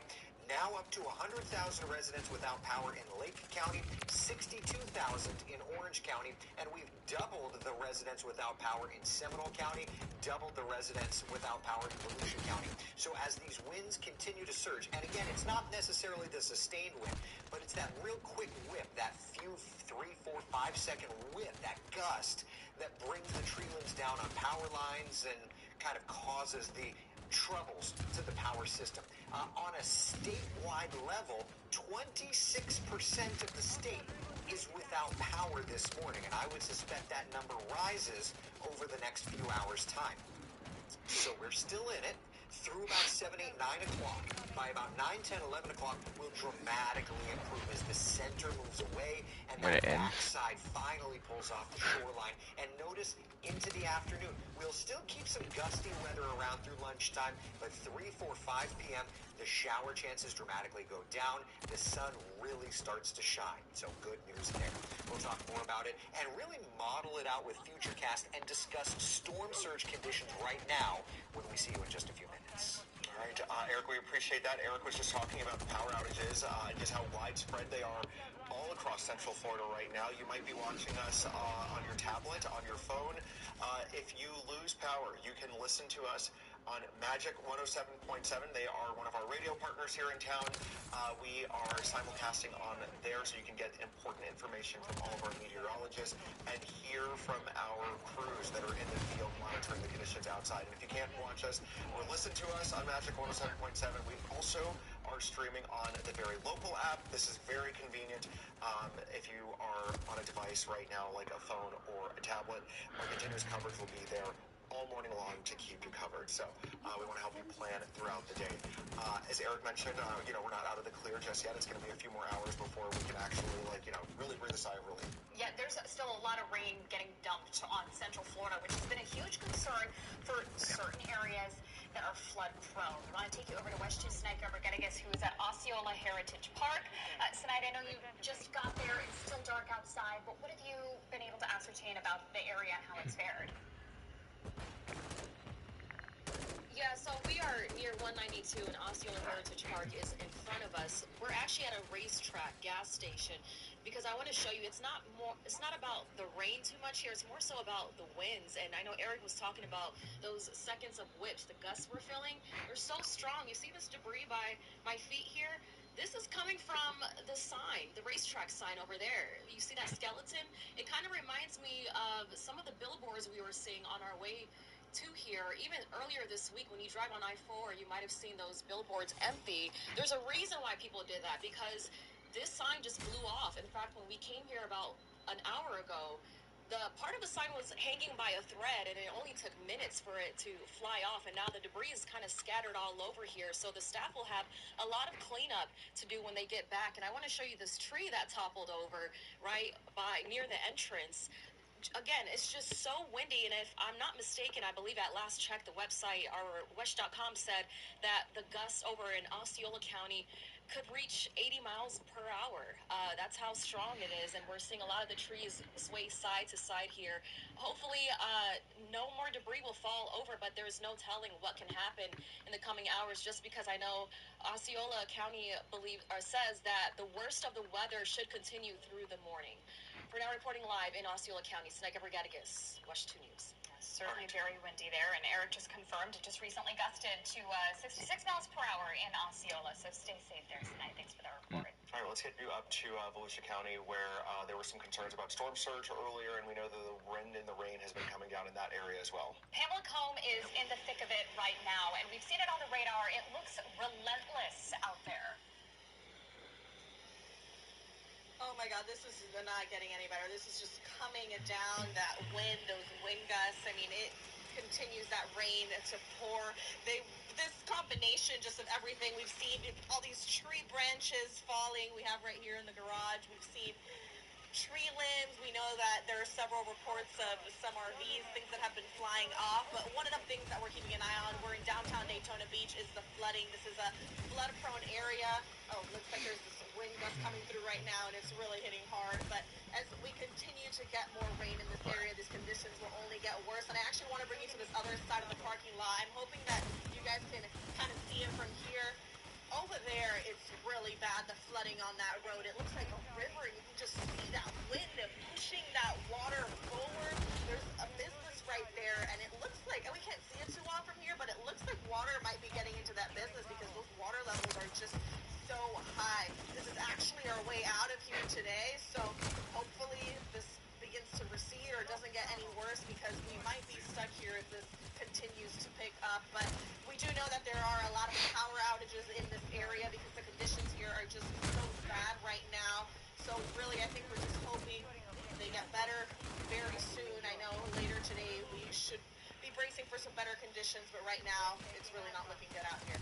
Reporting in Volusia County, Pamela Combe, Watch 2 News. All right, Pamela, I've been watching your reports since the 3 o'clock hour this morning. I feel like every time we've checked in with you, it's been raining, it's been gusty.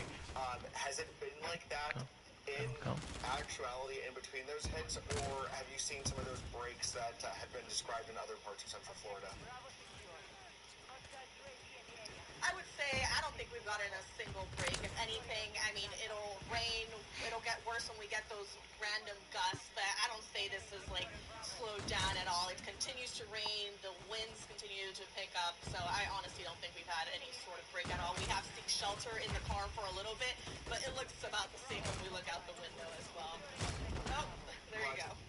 We can hear the gust. Glad that you guys are staying safe under that overhang. Definitely feel bad for that business where the flooding is happening. Again, she talked about being safe. Their crew, when they don't feel safe outside, they're going inside. We're going to continue to check in with her. I'm very curious to see how that business goes, because as Eric has mentioned, they are going to continue to see a lot of rain and those wind gusts for the next couple of hours. Flash flood warnings, by the way, are in effect for several of our local counties until about 6 o'clock this morning. Yeah, let's get back to Dave McDaniel this morning. He's been trying to make his way to Astor. Dave, last time we checked in with you, you guys had pulled over. Are you still in that same spot?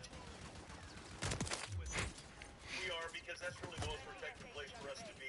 As Pamela had mentioned, it's been persistent. Milton has been persistent, particularly here in Volusia County. As we drove across the St. Johns River Bridge coming out of Seminole County into Volusia County, that's when it really got busy. The water was driving across I-4 in sheets. It was pouring. The wind was picking up. And as we got here, we're right now basically between DeLand and Deltona, it got nasty enough. We decided that we were going to do the right thing. We got off. We got into a parking lot. We're behind a building. We're on the leeward side. But I can take you outside and check what's going on from our roof camera. You can see what's going on right in front of our vehicle. That is from the roof of the vehicle that we're in, looking at how the wind and rain is just powering over the top of that building, past that street light, and of course the trees are whipping in the wind. This is a little bit more of a wide angle of that. Eric was talking about wind gusts in the 80s, and I think he said 99 mile an hour in Ponce Inlet.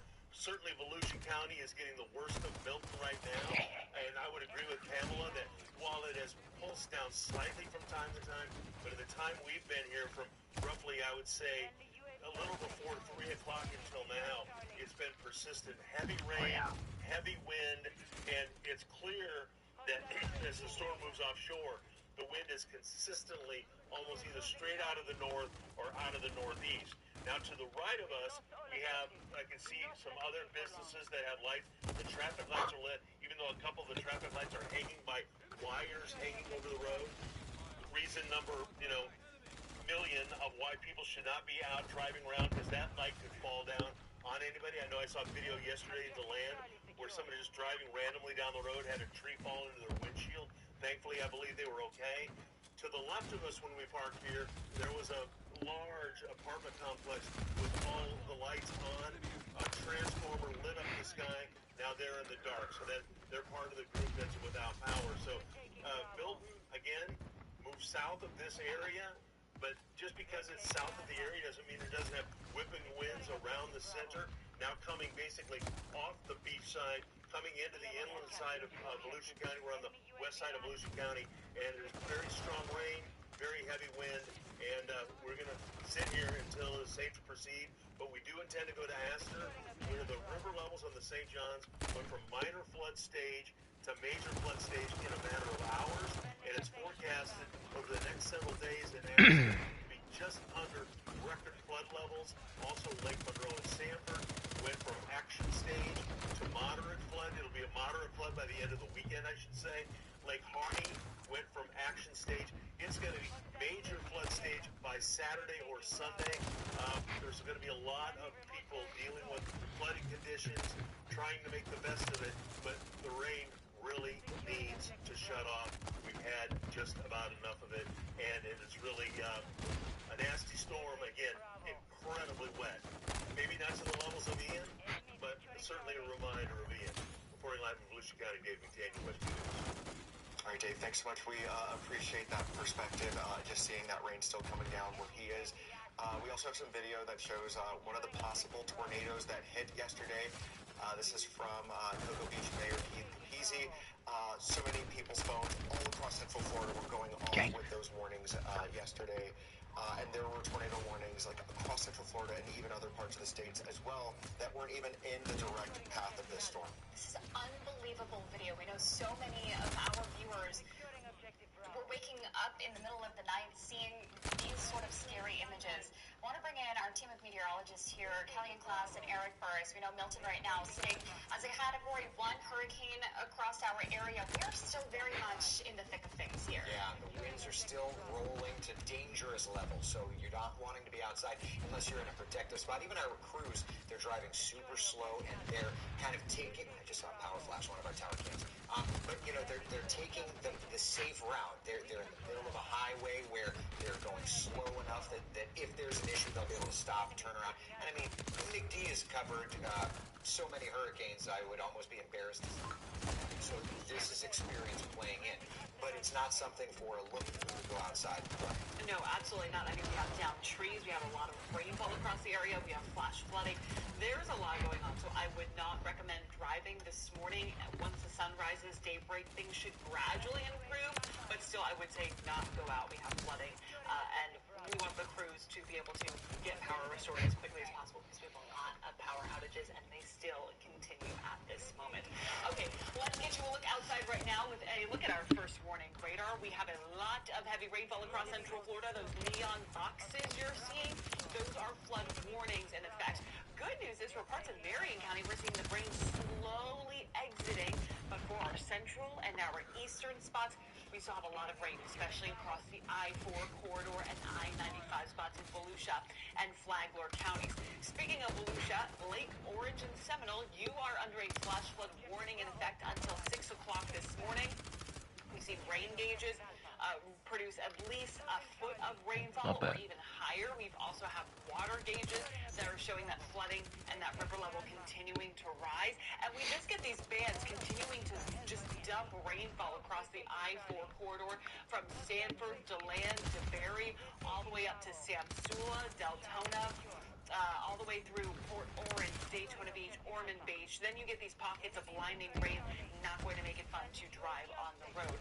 And then up north in Flagler, Putnam, Marion, as well as St. Johns County, we also have a flash flood warning until 8 o'clock, where some locations have seen about 8 inches of rainfall, especially in southern Flagler County, and that number continues to rise. And now I do want to talk about some of our river level forecasts, because some of us are at major flooding stage. The Little Wacaiba River near Altamont right now, the stage is almost at 30 feet. Flood stage is at 29.5 feet. So we're at major flood stage. The interesting thing is the forecast tries to bring it down to the moderate flood stage later tonight, early tomorrow morning, but the forecast crest wasn't even as high as almost 30 feet. So we're going to continue to monitor these numbers and let you know if we could see things improve as we go throughout the day today. But right now, at major flood stage. The St. Johns River near DeLand at a minor flood stage for now, but we're going to continue to watch things and how they develop because we still have a lot of rainfall stretching into Volusia County and the St. Johns. Of course, these numbers all across the St. Johns, all across Central Florida.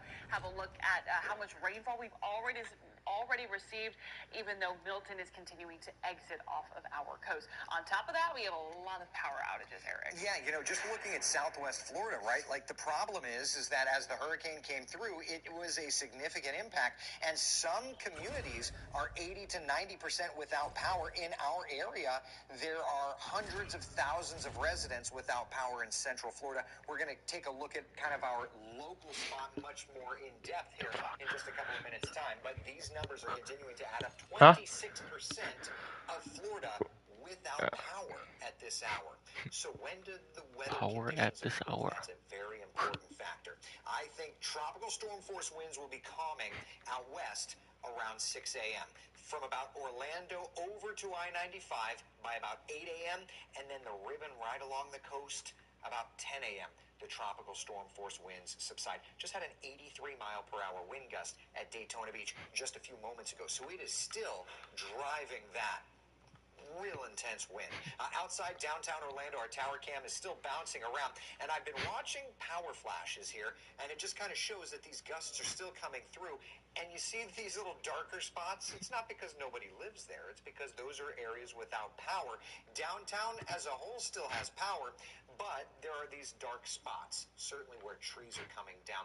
Kellyanne was talking about the flash flooding concerns. Futurecast is still modeling an additional 1 to 2 inches of rain, potentially up to about 3-4 inches in spots. So it's not done and over with just yet. Sustained winds, Daytona Beach, 52 miles an hour with gusts in that 80-mile-per-hour range. Sustained at 30 here in Melbourne. Sustained at 37 in Orlando and Kissimmee. Little by little, this will go down. It's not that we don't have wind out west. It's either connectivity issues because of internet or because of power outages. So there's still that to contend with. Now, surge is calming down on the Gulf Coast, but we're still watching for storm surge issues along the Volusia-Flagler area. We were up to about 5 feet of storm surge inundation here in Fort Myers. That has calmed, but coming up into our area, the winds have shifted to more of an onshore flow for Flagler, St. Johns County. So there's definitely some of that. Although as the hurricane continues to work off the shoreline, we'll go more direct, kind of northerly direction, and that will at least help with that storm surge inundation threat along our East Coast beaches, okay? So behind it, you see all of this clearing? That is clearer air that will be working in. So little by little, our weather conditions improve, okay? So this morning, 9, 10, 11 o'clock, it's still rough out there. And if you're listening, I just checked my email, and I got an email from somebody who said, I'm terrified. This is my first hurricane. I've never been through this before. When does this end? Okay? If you're in Volusia, Flagler counties, you've got another couple of hours. So stay in a safe room away from doors and windows. But by lunchtime, we get back to normal. It'll be breezy this afternoon and evening. We get back to normal. If you're scared, it's okay. This is a very, very impactful hurricane, but we've got nicer days ahead. So just remember, we've got another couple of hours. Then the sun comes out, then the winds will calm, then we'll be able to start cleaning up, putting back the pieces, and moving on with our lives. But for now, Sonica, Sheldon, this is a scary time for many in Central Florida. For those of us that have been through it before, it can be concerning. But for so many residents that are just brand new to town, it's okay to be scared. But we've been through this before. We'll do it again, I'm sure, unfortunately, in the future. Just have a little bit more time to deal with this. And I always like your message, Eric. We're in this together. We're going to get through it together, and we're going to be okay. All right, we want to check in with our team of reporters now. We begin with Kristen Lago, who's been driving around safely across Central Florida. Yes, she was trying to make her way to Winter Springs with Zach Masikovich. They're there in one of our news vehicles right now. You guys have started to see some damage already. Yeah, we came to this neighborhood in Winter Springs to investigate some reported flooding, and we've definitely seen a lot of standing water on these streets and a lot of power outages. But I want to bring you a live look at what we're seeing right in front of us right now. You can see the remnants of a part of a tree that has fallen down right in front of someone's home.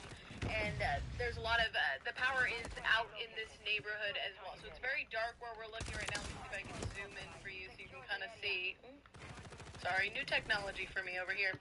But as you can see, I mean, there's been a ton of these visuals as we've been driving through this neighborhood in Winter Springs and all throughout, but that's not the only damages we're seeing. I think we also have video for you from our drive throughout Apopka and on Orange Blossom Trail. As we were driving through Apopka, the streetlights were out, and we came across a streetlight that had fallen. I think it was Dave McDaniel who was talking about a video he saw where a streetlight came down as someone was driving through. Now, thankfully, that didn't happen to us. It had already fallen, but it definitely came out of nowhere. It just speaks to the dangerous conditions that we're seeing there. And we didn't just see that. We also came across an expressway entrance that was flooded as well. So the dangerous conditions are still out here right now, even as we're driving through. And we are trying to be as safe as possible. We're rerouting. We're driving very slowly. And Zach's doing a great job of keeping me comfortable because it was Eric who was just talking about, this is my first hurricane. I came from Southern California, so we're navigating this together, but we do kind of want to continue to bring you a look at these damages that we're seeing from this storm so far. The wind is dying down here in Seminole County, but it's still raining, and we've seen a lot of debris from a lot of the trees here, a lot of standing water in these neighborhoods, so definitely not conditions that you want to be outside for. In Seminole County tonight, Kristen Lago, West 2 News. Look, these visual reminders are why we are imploring people to not get out on the roadways. It's also why there are curfews in effect for parts of Central Florida as well. You just got to be so careful. That don't expire until, like, well into the morning, like after the sun's been up for a little bit. Okay, we want to take you a little bit down south because we saw so many tornado warnings there in southeast Florida. Shane Wright from our sister station is in Wellington, which is in western Palm Beach County. Yeah, he's got some damage from a possible tornado that touched down in that area. I'm Shane Wright here in the preserve community of Binks Forest here in Wellington. You can definitely see that a tornado definitely came through this area. Here's one reason why. A car literally flipped up against the side of this home like it was a toy. This is just one of a number of reasons where how you can see the tornado cause the damage here on the street and the house next door. You can see how the wind damage from the tornado pushing these garage doors back inside this home. There is an SUV that is also damaged in this home. On the second floor, the windows just pushed out, busted out in this home. We have been told that the people that were inside this house made it out safely, and as first responders were going through to make sure everyone did make it out on the street, they put these orange X's. This is just one of a number of orange X's on this home here in Cypress Green Circle to let first responders know, let emergency officials know that people did make it out safely. We spoke to one teenager who lives on the street. He said he heard what was going on with his dad after the tornado came through. He and his dad came outside and started helping people push the debris, push these broken trees up against the side of the road. That way first responders can get in here to find out if everyone indeed made it out safely. The damage here is extensive in Wellington. We're waiting to hear if, in fact, there were any injuries. For now, we're sending back to you. I'm Shane Wright in Wellington. To see that car flipped up like that, I mean, just crazy. Damage is extensive, and the sun isn't even out yet. So we'll have to see as the day progresses, as the hurricane moves out of our area, and we're getting a better picture of all the damage, what exactly we are going to have to deal with as we head into the weekend. In the meantime, we want to show you some video here of coastal flooding. You can see the high surf from St. Augustine here, and this is something that was a big concern for a lot of our areas along the coast as the water levels rise. This is why there were evacuation orders in effect for parts of our area.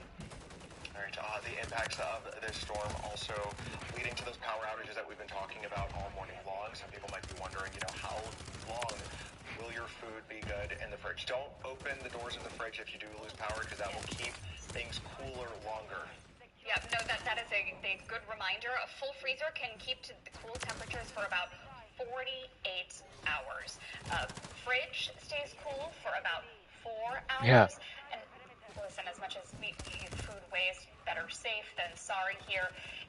If it has been more than 4 hours, you will likely need to toss your meat, seafood, dairy leftovers that you have. All right. Power outages during the storm could also disrupt our cell service. That's why Starlink is activating their direct-to-cell satellites to keep everyone connected. During the storm, T-Mobile phones will be able to connect to the T-Mobile SpaceX network. You'll get 1 to 2 bars of signal. That's enough to be able to send and receive text messages to get in touch with loved ones. In the event of an emergency, you can text 911 and receive emergency alerts. This is a great resource that's available, especially as people are dealing with outages of various kinds. Absolutely. Our coverage of Hurricane Milton continues here at 5 o'clock. You're watching continuing coverage of Milton from West 2. This morning, Milton is still pushing through Florida as a Category 1 hurricane after causing destruction across the state. The storm now being blamed for several deaths in St. Lucie County after tornadoes like the one that you are seeing on your screen right now. And then over on the west coast of the state, the Tropicana Field roof is shredded. Stadium was housing thousands of first responders. That's what we see, all these cots there. And then they had to deal with the damage as they were going to go help people. And this morning, more than 2.8 million customers are in the dark. This is video of a transformer sparking behind a house in Rockledge. But this is a scene that we also saw all across Central Florida here. All right, just about 5 o'clock on this Thursday morning, we are monitoring. I want to fucking see it. This storm, it made landfall last night in Siesta Key. Still over Central Florida right now. We're seeing those impacts. Quick question for you guys, just kind of the path that this storm has taken, the timeline of it. What do you guys think of it? Like, is it moving at a path and a progression that you would expect, or is it slow? Is it fast? What are y'all thoughts? You know, I think from the original track from the National Hurricane Center, it is moving a little bit quicker than originally thought, but our in-house model, our graph model, has been doing a really good job with the timing on it. We knew yesterday before the I believe it was the 11 o'clock advisory. Yeah. We knew that it was going to make landfall in the evening hours, whereas the official track was showing around 2 a.m. So our models are doing great things. We really are very lucky to have this technology with us, but then also really just the technology of our radar and showing how much rainfall there is. We've had this radar was up for Hurricane Charlie in 2004. I remember the picture of Dave Marsh came down in the winds, but the radar was there.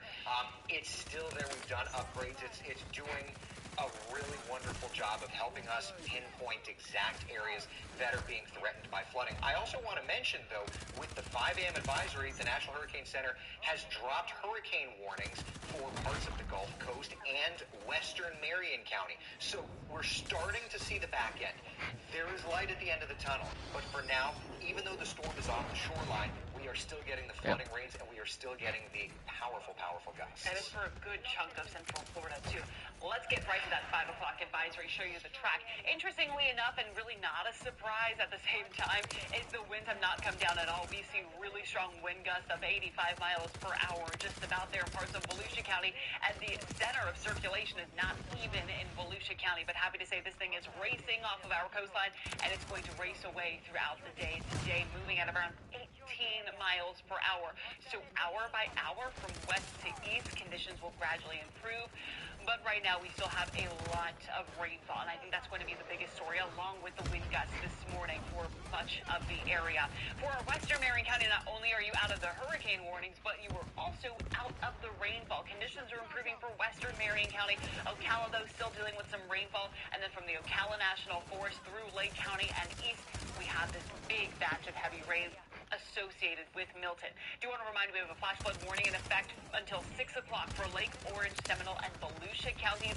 Here, especially along I-4, we've seen at least a foot of rainfall in a lot of locations with locally higher amounts, only almost 14 inches of precipitation in interior Volusia County. And it's just because these bands still produce a lot of heavy rainfall, but at times there's quick popping up downpours, tropical downpours that you can't even see the road if you go outside, and then they quickly dissipate. But it's going to be underneath those downpours where we pick up 1 to 2 inches of rainfall in a very short amount of time. In Flagler County, eastern Marion County, flash flood warning in effect until 8 o'clock. In southern Flagler County, picking up over 8 inches of precipitation, stretching towards Palm Coast, Bunnell, anywhere from about 6 to 7 inches of precipitation, and even about 6 inches of rainfall for parts of eastern Marion County.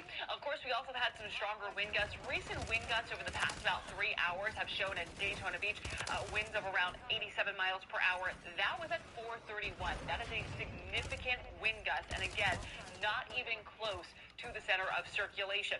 In Seminole County and Midway, we had a wind gust of 74 miles per hour almost about an hour ago. So we're still dealing with those gusty conditions right now, but as the system pulls away, things will slowly subside again from east to west. Eric, I just can't believe not only the rainfall in those bands, but also the gusty conditions. Yeah, and I want to talk directly to someone. Celine Sullivan sent me an email, and I'm just going to read this on the air. It said, Eric, I'm terrified. When will this be over in Port Orange? My street is flooding, okay? Celine, as Kellyanne was just talking about, the heavy rains are continuing for you, and to add insult to injury, we just had a wind gust of 66 miles an hour in Port Orange. It's still going to be a little while. You've got about another hour to 2 hours time. So if you're in Port Orange and you're like Celine, you're terrified, or you're here in Flagler County, it just gusted to 83 in Marineland, 87 at Daytona International Airport. If you share that sentiment, you're terrified. If it's scary outside, now is the time to go into an interior room in your house, away from any windows, away from any doors. And if it's 148 kills. Yeah, I'm definitely cheating today. Putting towels, anything that you can, blankets up against a door, anything that could stop water from coming in, should it start coming into your house. This is such an eerie feeling because I feel like we had this exact same conversation during Hurricane Ian coverage several years ago, but this is where we are, okay? The good news is that the storm is starting to pull away, so things will get better, but we're not there yet. Gusting within the last few minutes to 50 miles an hour at the Sanford Airport, 63 here in Winter Garden, about 54 down around the Isleworth area, about 56 in Orlando, and 62 here down in Kissimmee area. So it is still gusting. Peak wind gusts, we got to a 99 mile per hour reading in Ponce Inlet, Marineland to 92 miles an hour, Daytona Beach to 87, and the Orlando International Airport to 86. And when you compare these numbers to previous hurricanes, this would be second in Central Florida in a generation, only falling short to Hurricane Charlie 20 years ago. So this is, at least in terms of wind, more impactful than Irma, Ian, Nicole, okay? This is a strong hurricane moving through, and we have the power outages to prove it. 74,000 people without power in Orange County, 94,000 in Volusia County, nearly 200,000 without in Polk County, and about 100,000 without in Lake County. These numbers continue to climb as these gusts of wind continue. So, to Celine in Port Orange, to anyone else who's scared, I get it. We've been through this so many times. For those of us that have been here for a long time, it does not take that fear, that anxiety away. So for the next few hours, we're in it.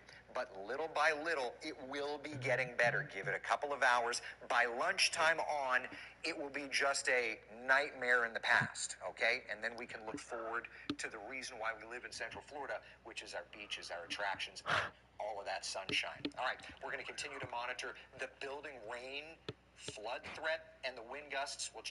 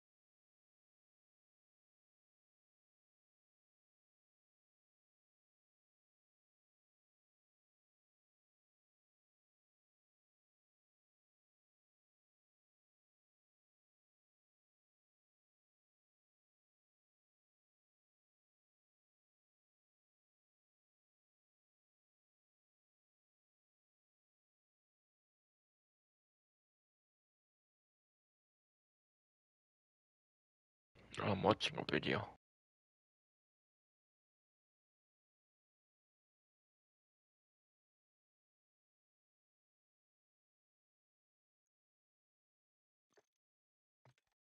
Move on someone because obviously if it's an open space you're likely just going to get shot, so it really helps to use different objects in the game as well as using stun grenades and running up behind them.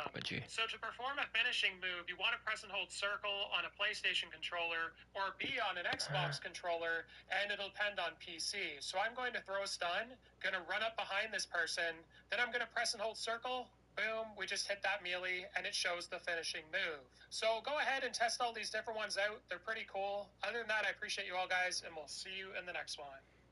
A lot here this morning, taking a look at the damage, and a lot of downtown Tampa was under a mandatory evacuation order, but one man I spoke to told me he decided to hunker down instead of evacuate. You were in an evacuation zone. Mandatory evacuation zone A. But you chose to stay. Florida man, yes ma'am. Why did you choose to stay? My house is my livelihood. I've got my boat there, everything I do care about. You definitely have to take these storms seriously, but again, I just tried to make an educated decision based on the construction of my home, and I felt that I would be all right. Now, that was one of the gentlemen I saw here kind of looking around. We call them looky-loos, people that come out after a storm, and you really don't want to do that because you want to stay out of law enforcement's way. And, of course, this is going to be a lot of cleanup. And like I mentioned earlier, we don't know the structural damage to this building, which is why we're kind of keeping our distance away. Obviously, this is going to take some time to clean up. The road here is still partially open, but this is one of the reasons why officials are telling everyone to stay home. On our way to downtown Tampa, we also saw some downed trees, some down power lines, as well as some snapped power poles. But so far this morning, at least in Tampa Bay, no reports of injuries or deaths, which is what we do like to hear. So we're hoping it stays that way. Of course, a little bit of damage here. We're hoping to make our way to St. Pete a little bit later. Right now in downtown Tampa, this seems to be the biggest damage we have, but so far it looks like the cleanup is going to get underway and people are going to be okay here in downtown Tampa. Reporting live in Tampa, Megan Mackey, Watch 2 News. Megan, I'm curious, we're taking a look at the damage right now, but whereabouts were you spending the night, and what were you experiencing as that storm made landfall there and passed over the area overnight? Yeah, so James Roberts and I, my photographer, we were actually staying in a house. We were in an Airbnb, kind of more inland in Tampa, and we hunkered down around 4 o'clock before that storm made landfall around 8 p.m. So I can tell you it was very windy. I've been through one major hurricane, Hurricane Sally. I was living on the Gulf Coast of Alabama at the time. That one made landfall in 2020 in the Gulf Shores area, and that was a heavy wind event, so very strong winds, about 105 miles per hour there along the Alabama Gulf Coast, and that is similar to what we felt actually at our Airbnb. We were staying, the bedrooms are on the second floor of this house, so actually at one point I kind of moved inward into one of the bathrooms because I was a little bit worried being by the windows and just how loud the wind was. Of course, we lost some power. We are safe. We did see a lot of downed trees on the way out of the neighborhood, but it looks like in terms of damages to the house, didn't see any of that. So we felt okay, but definitely it was a very serious storm. Definitely a little bit scary at times overnight. Didn't get a lot of sleep, but fortunately we are okay. And as I mentioned, so far, no injuries reported in the Tampa Bay area. All right, glad to hear that you and James Roberts and Mike Kirby, the crew that are down there in that area, are safe this morning. I don't think a lot of people slept overnight between just kind of, feeling all the feels about this storm and then just how loud it was and then all the messages that were coming on our phones from the alerts.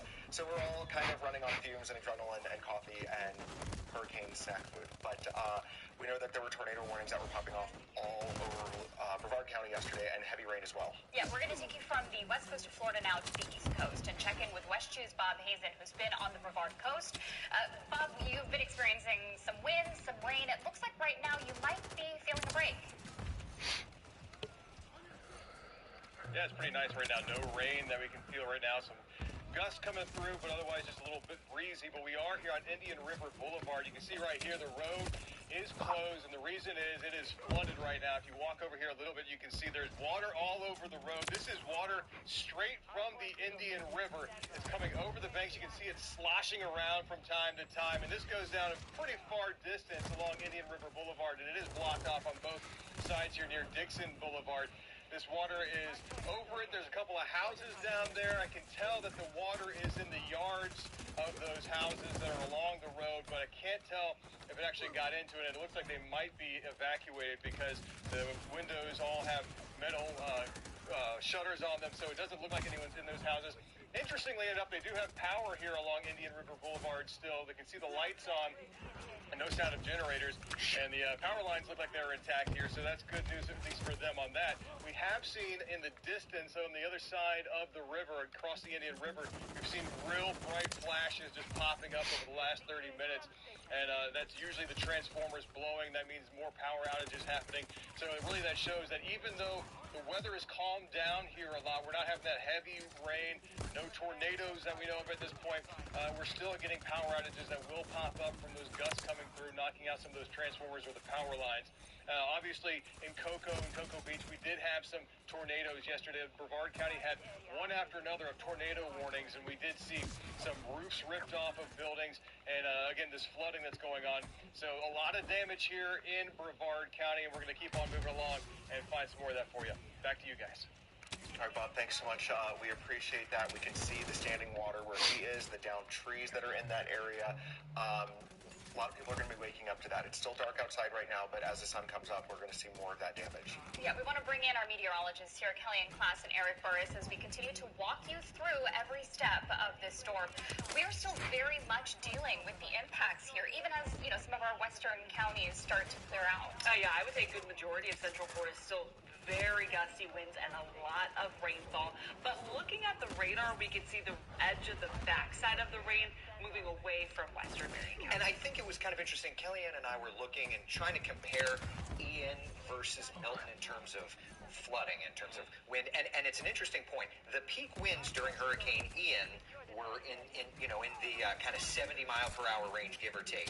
We've been getting those gusts for 4 or 5 hours. So think about it. It's so much more windy, so much longer of a period of time. So no wonder folks that maybe have lived through both of them are a little more on edge with this storm, because there is more wind energy, and there's also the flooding component that we're watching as another band of rain comes in. There's a lot going on, so let's at least get you a look outside right now. Here's a look in Volusia County. Not everyone looks like this, but Volusia County, you have really just been getting a lot of the wind and rain constant, and at times it is really strong gusts of wind. The worst will move out of the area and gradually subside. But I do want to remind you, in Volusia County, as well as Seminole, Orange, and Lake County, you are under a flash flood warning until 6 o'clock this morning. We've already had a lot of rainfall of almost a foot in some locations, over a foot in some locations, and there's more on the way. But good news is, with that radar signature, I'm not really seeing a lot of the red shadings, which is great to see, but we still have a lot of intense rain. So this will eventually subside as Milton pulls away, but it will take some time. In Flagler County, eastern Marion County, we have a flash flood warning in effect until 8 o'clock. We've had 8 inches of rainfall in southern Flagler County, with an additional 1 to 2 at least inches of precipitation expected. On our wider perspective, there Milton goes, the center of circulation County. So while the center is off of Brevard County, we're still dealing with a lot of rain from eastern Marion County, Lake County, and east. But in western Marion County, western Sumter County, conditions are gradually improving. Now, I do want to give you a look at some heavier rainfall along I-4. Once the rain ends, you don't want to travel in this. We're still going to be dealing with a lot of flooding. That now stretches up into southern Flagler County, northern Flagler County, and a few more heavier downpours from McCoy down to Windermere through the and Celebration. So again, that system now off our coastline, the core of the system off of our coastline, but still producing very gusty winds of 85 miles per hour. We recently had a wind gust at Orlando Executive Airport of around 74 miles per hour, and we're still under plenty of hurricane warnings. Although in western Marion County, including Ocala, central Marion County, you were out of the hurricane warning. So as conditions improve, those warnings get shaved off. In terms of our river levels, we are at major flood stage for the Little Wekiva River near Altamont. That's a big concern, especially as we get more rainfall, and it's going to stay at major flood stage throughout the day today. But what do these look like compared to Ian versus Milton, especially along the St. Johns, where we had really big concerns concerns and really big issues during Ian. Well, the flood stage for Ian is on the left, and we're not quite there yet for most of the stages from DeLand, Sanford, Lake Harney, and Cocoa for the St. Johns River. Astor, though, we're gradually getting there. Almost about 4.5 feet is your stage at the moment, and in Ian, it was 4.71. Now, we're not done with Milton yet. We're not done with the rainfall, so this is likely to change, but currently, we're not quite at Ian levels yet, but we are for some, including the St. Johns River at Astor, at major flooding stage. Of course, this is just one piece of the impacts here in Central Florida. For more, let's get over to meteorologist there first. Yeah, so we get wind gust data every 5 minutes, and so we're continuing to monitor them, and it's Volusia, Flagler, and even parts of the metro that are getting some of those significant... Compromised. We failed.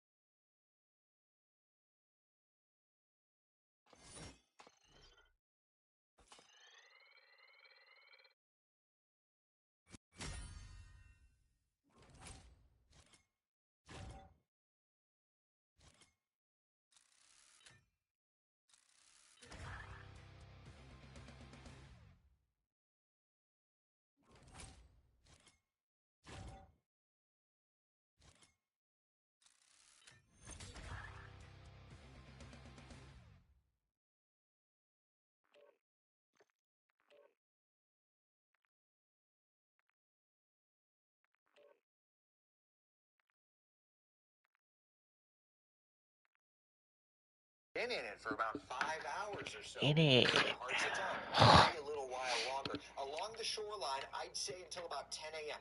Then that band should exit. As Milton moves poles away, we start to clear this out. So it's going to get better and better. But we're still in it for a little while longer. And if you live Orlando down to the tourist district, we still have a little more wind energy coming your direction. But look at the forest through the trees. There's Hurricane Milton. There's all the rain associated with Milton. But the same weather feature that actually picked the storm up from the Gulf and threw it at Florida is going to be the same thing that brings us sunshine. So when we clear out, it's going to be a rapid clearing, and the sun will be...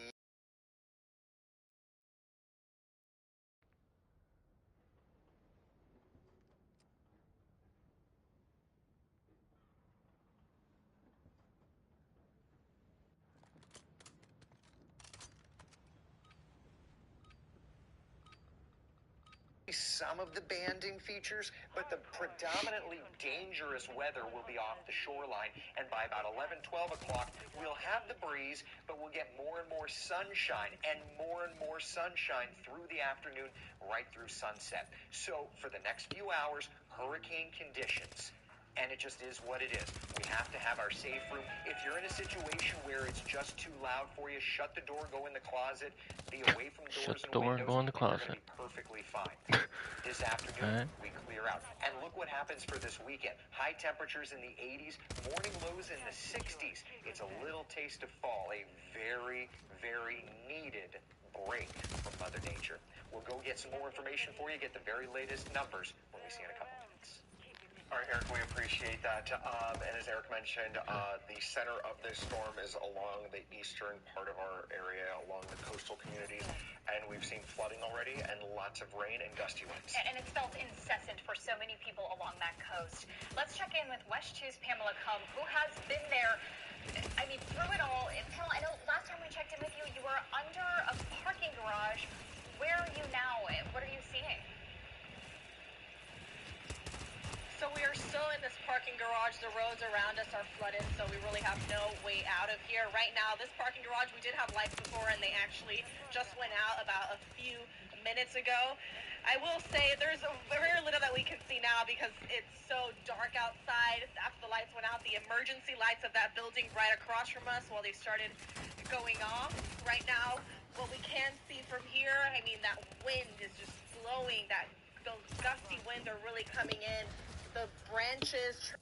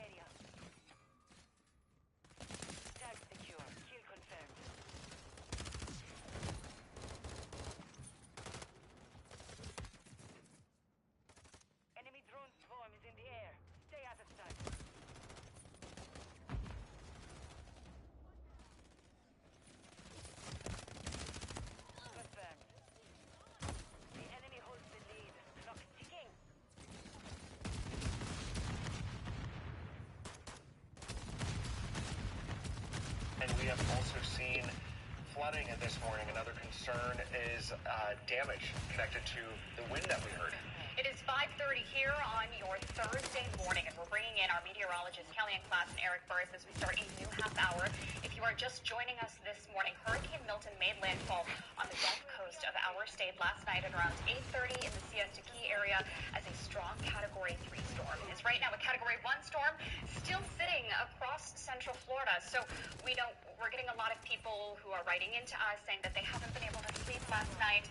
We're in the same boat as you guys. We're going to get through this, but I know for so many people, this is feeling incessant. Oh, absolutely. And what's the crazy thing is, so usually when we have a tropical system, the strongest winds are always at the center of circulation. That is now off of the coastline, but we still have wind gusts of around 85 miles per hour in our inland spots. This is going to be a very silly analogy, but think of it like a cone of ice cream Okay? That's an organized hurricane. That's what it came ashore as. But as it's weakening, it's melting and it's spreading. Think of that as the wind field, all right? So it was a real tight, compact wind field. But as it's weakening, that wind field may be less intense, but it's growing in scale. And that's why hours and hours and hours later, we are still dealing with significant winds around Central Florida. On top of a lot of flooding rainfall, we saw flash flood warnings in effect for a good chunk of Central Florida. One of them expires in the next half hour. The other one's going to go until 8 o'clock. We're going to dive all into that. I do, though, want to get you the latest at the 5 o'clock advisory. We got some new updates, not only a track, but I do want to let you know for the folks in Marion County from Ocala and west, along I-75 in Marion County and west, you are out of the hurricane warning. That's because conditions are gradually improving as our system continues to pull away from Central Florida. So while the rest of Central Florida is still in it and we're going to be dealing with those conditions, it just goes to show you once this begins to pull away, things are going to clear up pretty quickly from west to east. But right now, a lot of us are still dealing with gusty winds and a lot of rainfall. Flooding rainfall. I feel like this picture from our first warning radar really does not do it justice. Usually when we see the yellows and greens on our radar, that typically means it's raining outside. We have some heavier rain, but this is not quite that. This is tropical rain, and it's really flooding rainfall. It makes it hard to see as well if you try to go outside, so do not go outside. We have a flash flood warning in effect for Lake, Orange, Seminole, Volusia counties. This encompasses over 1.6 million people in this box alone, and this is going to go until 6 because some locations have received a foot of rainfall or even higher, and we still have a lot of rain stretching into Central Florida as we get those wraparound bands from Milton moving in from the Atlantic through Ormond Beach, Daytona Beach, back towards De Leon Springs, Pearson, Astor, Paisley, all the way down to Sorrento, Longwood, and Sanford. Here's a better look along the I-4 corridor of the rainfall totals at the moment. Each and every time we get new rainfall totals, these go up. 14 and a half inches right off of the I-4 corridor in Volusia County, about 14 inches outside of Deltona. Deltona, about 12 and a half inches of precipitation, and that number.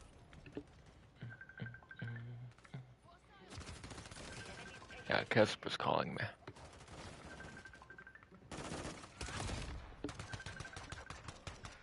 The mission is complete. Good work.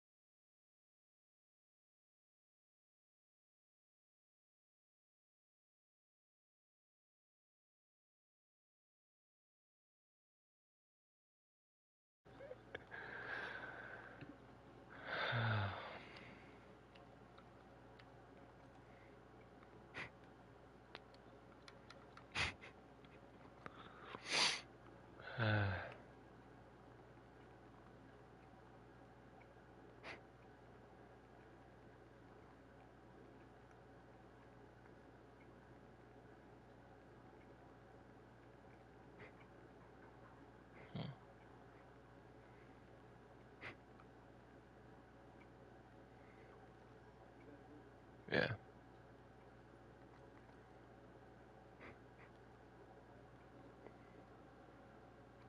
Almost 5.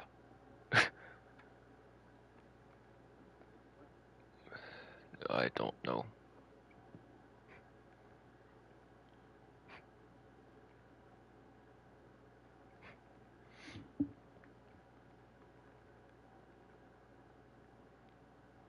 Bro, stop laying on my fucking controller.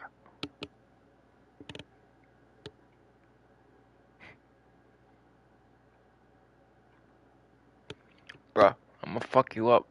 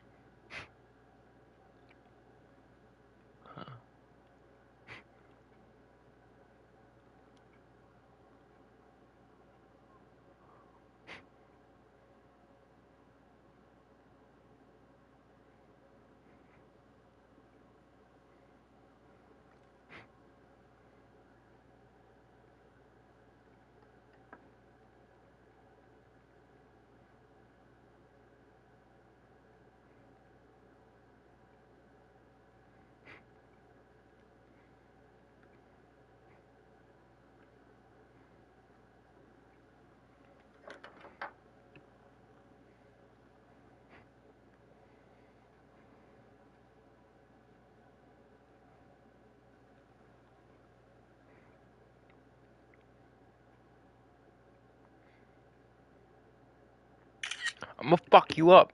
Stop it. Told you how many fucking times, stop it.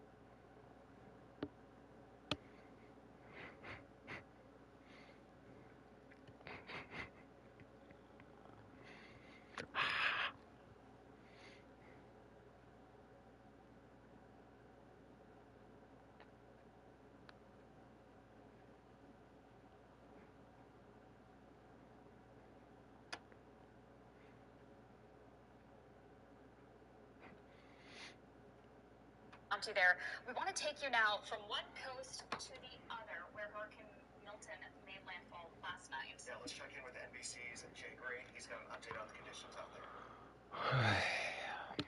Hey there, good morning. Obviously, things have calmed significantly here in Fort Myers, but this storm moved through overnight into the early morning with strong winds and driving rain and that storm surge. We talked a lot about the storm surge before this storm, and it has done damage here in Fort Myers and other areas across the eastern coast here. We know in Fort Myers, water is pushed into some of the coastal businesses. We had standing water for a long period of time in downtown Fort Myers, and still no clear indications at this point of how Fort Myers Beach has fared. We'll know a lot more about that once we get daybreak and some sunlight and really assess what's happened here. More than 3 million people without power right now, and that number is expected to climb as the storm continues to churn across the state, central and now the eastern side of the peninsula, taking a beating from Milton right now. Made landfall as a Category 3 overnight and moving across the state right now. Still a Category 1 hurricane, so still significant winds, 80 to 85 miles an hour associated with this storm. Also spawning tornadoes, 24 or more across the state. One of those deadly on the east coast.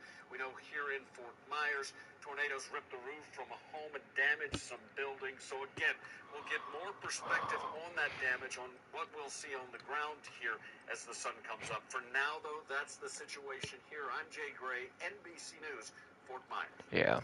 Okay, let's bring in our meteorologist here, Kellyanne I think Florida is the same time zone as me. I don't even know. Tornadic activity that we saw last night. It was almost unbelievable when we took a look at the radar. I think you posted an image of what it looked like. I've never seen anything like it. So many tornado warnings at once, and usually we get outbreaks like that in the plains during a big severe weather setup. It's very rare that you have those many tornado warnings at one time in the state of Florida and with a tropical system. Well, and tropical systems often will spawn tornadoes, but they're rain-wrapped, they're weak, and they're short-lived. And I feel like this was the polar opposite. They were long-tracked, very large. One radar scan in Indian River County, just south of Brevard County, showed debris 30,000 feet aloft, meaning you had to have that updraft to be able to pick that up. That would not have been a weak tornado. Certainly, we've heard of the death toll down in St. Lucie County. We don't have the numbers, but the unfortunate, it has taken a toll, and that was one of so many other tornadoes. We don't know if any other tornadoes caused injury at this point because we're just kind of working through the hurricane itself. And I want to ask you specifically here. I don't know if you saw the video from our sister station. The chief meteorologist there, Chris Martinez, was actually live on the air, and we actually saw a funnel cloud form. Did you see that? I did, yeah. How rare is something like that? What does it mean? How does it speak to the storm itself? Yeah, well, they were just on a traffic camera. So imagine you're looking at basically like 436 and I-4. It was the equivalent down there. And you saw the lowering, and then all of a sudden, it just dropped. I mean, you had to be in the right place at the right time. Yesterday, the unfortunate natures, you had so many of these, it was like, well, where's there a camera, and we'll put that on TV. That was yesterday. A truly unique weather situation. I've never seen anything like it here in Florida, and I really hope that we don't see anything like it again. Yesterday was so busy, and now we're transitioning from the tornado. We have transitioned, rather, from the tornado threat to the wind threat, the flooding threat, where there are ongoing operations in Orange County by Orange County Fire Rescue that they are going around the Winter Park area doing some rescue efforts where they are walking, wading through flooded roadways. Another shot outside of Daytona Beach, really getting hammered hard with the wind, the rainfall. On top of that, now that Milton's off the coastline, we have those onshore winds, so that storm surge threat is really going to increase throughout the morning hours. Right now, though, Daytona Beach, a lot of rain, a lot of wind. It sounds scary. Things, though, are gradually improving as Milton pulls away. This is our first warning radar. We're still detecting the center of circulation of Milton, now way off the coast of Brevard County, and happy to say that we're starting to see clearing conditions and calmer conditions for I-75 in Marion and Sumter counties, but we still have this batch of rainfall along I-4 and I-95.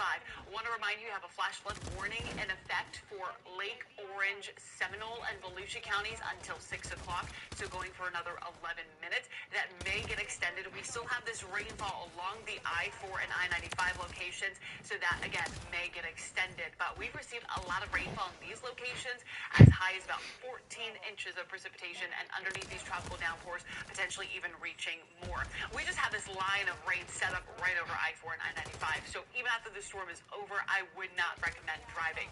We have a flash flood warning in effect for Flagler, Marion, Putnam, St. Johns counties. This one's going to go until 8 o'clock in the morning.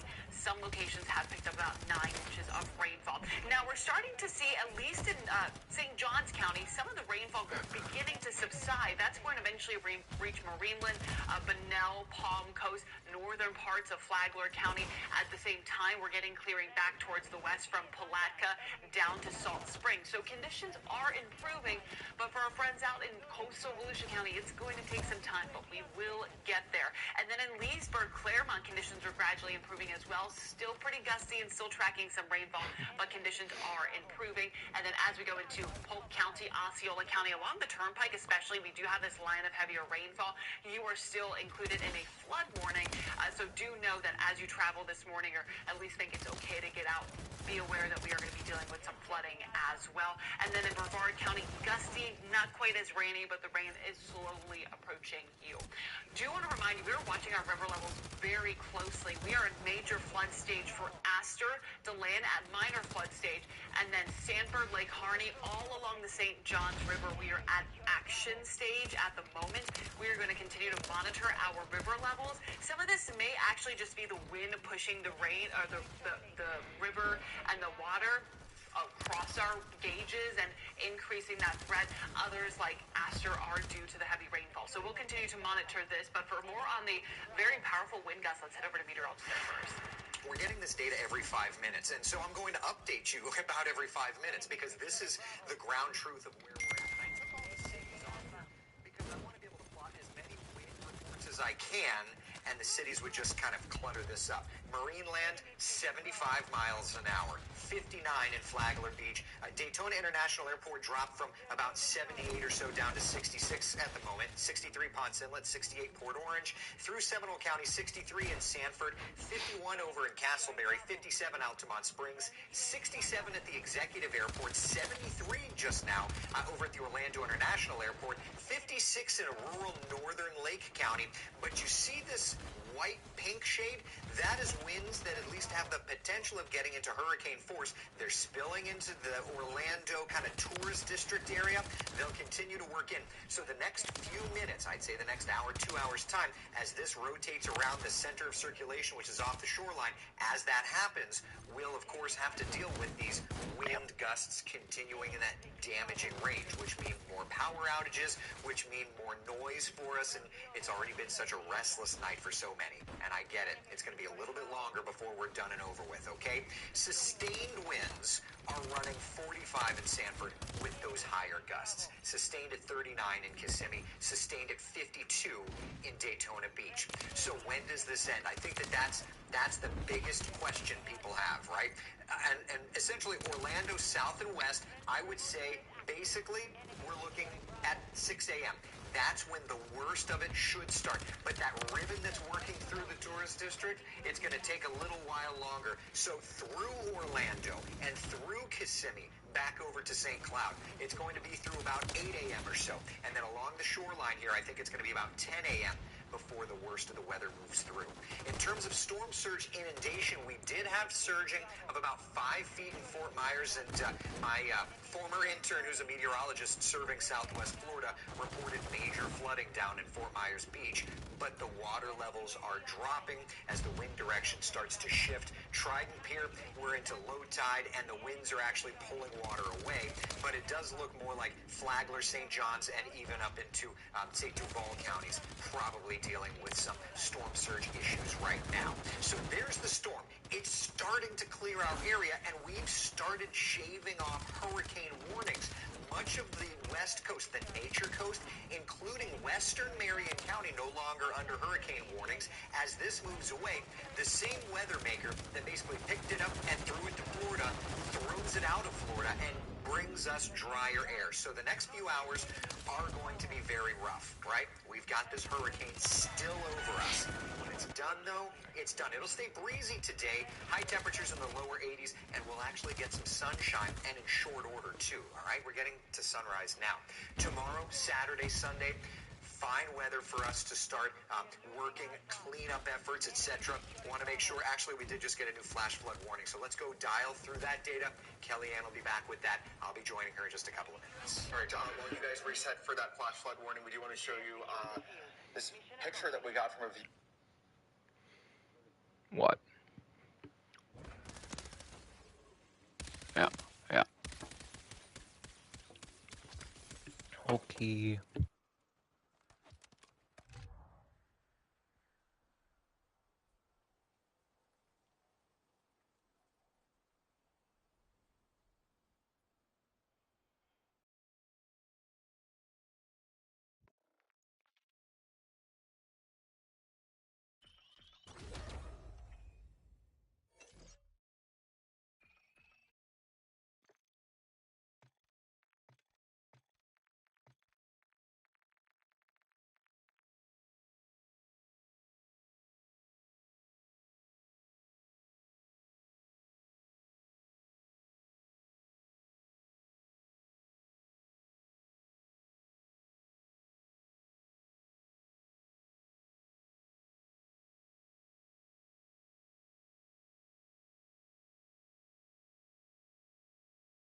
firefighters, and a lot of our utility workers. They have been working around the clock as well.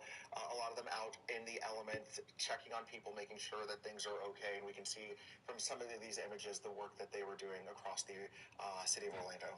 We were just talking with meteorologist Kelly Klass and Eric Burris about all the tornadic activity that the Palm Beach County area saw. Josie Carbonell from our sister station down there is showing us the damage in Wellington. Let me start with driving into this neighborhood. We're in the Preserve neighborhood here in Wellington. We weren't sure what we were going to be seeing. We saw some of the photos, some of the videos that came out overnight, but driving into this neighborhood this morning, wow. I mean, the sheer damage and what we're seeing as far as debris goes, it's something that I haven't seen before, and I've covered many storms, but this is one of 3 homes that experienced damage from that tornado. If you walk over with me this way, this is why this home in particular is so incredible to see as far as damage goes. If you look this way, you can see a car has been completely toppled over up against the house, and then this massive tree right here completely uprooted from the ground. I mean, this is just incredible. Again, I'm about 5'1". If I stand next to this tree, you can kind of get an idea of just how massive this tree is. Again, 5'1", look at this. And the home with this car up against it, I mean, I've never seen anything like this. And over here, if you look at the driveway, there's an orange X on the garage door. That means that emergency responders have stopped by, they've cleared the home, that everybody is safe. But I do want to show you one more thing. If you follow me this way, again, the sheer damage here is just shocking. Really, that's all that I can say. Across the street, as we were driving, this was all supposed to be greenery, trees that were completely uprooted. It's tough to see this hour, but all of this has been toppled down. And then this way, when we first drove up here, we had to be very careful because this nail box that you see here, this is cement, by the way. Look at this. This is cement, totally pulled from the ground. I mean, just incredible to see, and luckily, from what we heard, everybody here in this neighborhood is safe, and the folks in that home, our crews who were here earlier, they did tell us they spoke to them, and they were able to get their belongings out. A lot of these people displaced this morning. Back to you guys. All right, yes, but thankfully the damage in that neighborhood, not too extensive, but still damage nonetheless. Caleb Califano from our sister station is showing us some of the damage in Martin County and what it looks like in a neighborhood there. I'm Caleb Califano in Stewart along Florida's Treasure Coast, and just take a look at this neighborhood we're in. Power completely out since last night. Take a look at this tree. This is a very large tree, and it's completely been uprooted and turned to its side. Take a look over to this house. This house is missing part of its roof. You can see how these 2 vehicles now have been crushed together, and that's not it. There's damage all across this neighborhood. Walk with me here, and you can see on the other side of this road, there's actually a boat there sitting on that gravel pathway to other homes. So a lot of damage here this morning. Obviously, the sun is not up yet, so when the sun finally does come up, we'll get a better look at what happened here. But for now, a lot of heavy winds still and a lot of damage. For now, we're in Stewart. I'm Caleb Califano. Back to you. You're watching continuing coverage of Milton from West 2. This morning, Milton is still pushing through Florida after causing destruction across the state. The storm now being blamed for several deaths in St. Lucie County after several tornadoes. And we know the storm has been deadly, and there's intense damage. We want to show you our state's west coast. That was Tropicana Field, and the roof shredded. This is an area that was staging for the first responders. Thousands and thousands of them were set to stay there to make sure they could help us, but that's not going to be a possibility with no roof there. No, then in St. Petersburg, a crane fell on a building, leaving debris everywhere. Just a huge mess. This morning, we're beginning to learn the extent of damage left behind from Tampa to right here in Central Florida. We've got team coverage. We have our crews spread throughout the region showing us what people are seeing this morning as they're waking up. We do know it was a tough night. I've been in contact with so many friends, hearing from my kids and my wife, but it was a rough night, power going on and off, some people still without electricity. We know so many in Central Florida and beyond are without power. Yeah, the state, more than 3 million people people still without power. 3 million. Yeah, just the wind's so loud. Meteorologist Kelly and Class Eric Burst joining us now. We know that the hurricane is now moving offshore, so good news for us. But guys, what's the big message right now? What do we still need to be focusing on? I think we still need to be focused on the flooding. That's one of the biggest things, and the wind gusts. And while the center is off the coastline now, we're still seeing very strong, almost hurricane force winds. Yeah, hurricane gusts are still happening hours and hours and hours later. And you have to understand, these gusts are powerful. They're stronger than Ian was. They're stronger than Nicole was in Central Florida, still hours later. So this is still happening across many locations. Meanwhile, our western spots starting to see those warnings dropped. And it's great news for our East Coast locations, even though they're dealing with a lot right now. That means that the relief is on the way. So we're slowly going to inch towards better conditions for I-95 locations, especially Flagler and Volusia counties, as they've just been getting hammered with rain and wind this morning, hurricane force wind gusts, and the back edge of all of that rainfall now clearing the Ocala National Forest. It has cleared Sumter County. It's beginning to clear parts of western Lake County and working through the metro and our eastern spots. Now, I do want to get you a look at the latest and the newest information. There is a flash flood warning in effect for Lake Orange, Seminole, and Volusia County.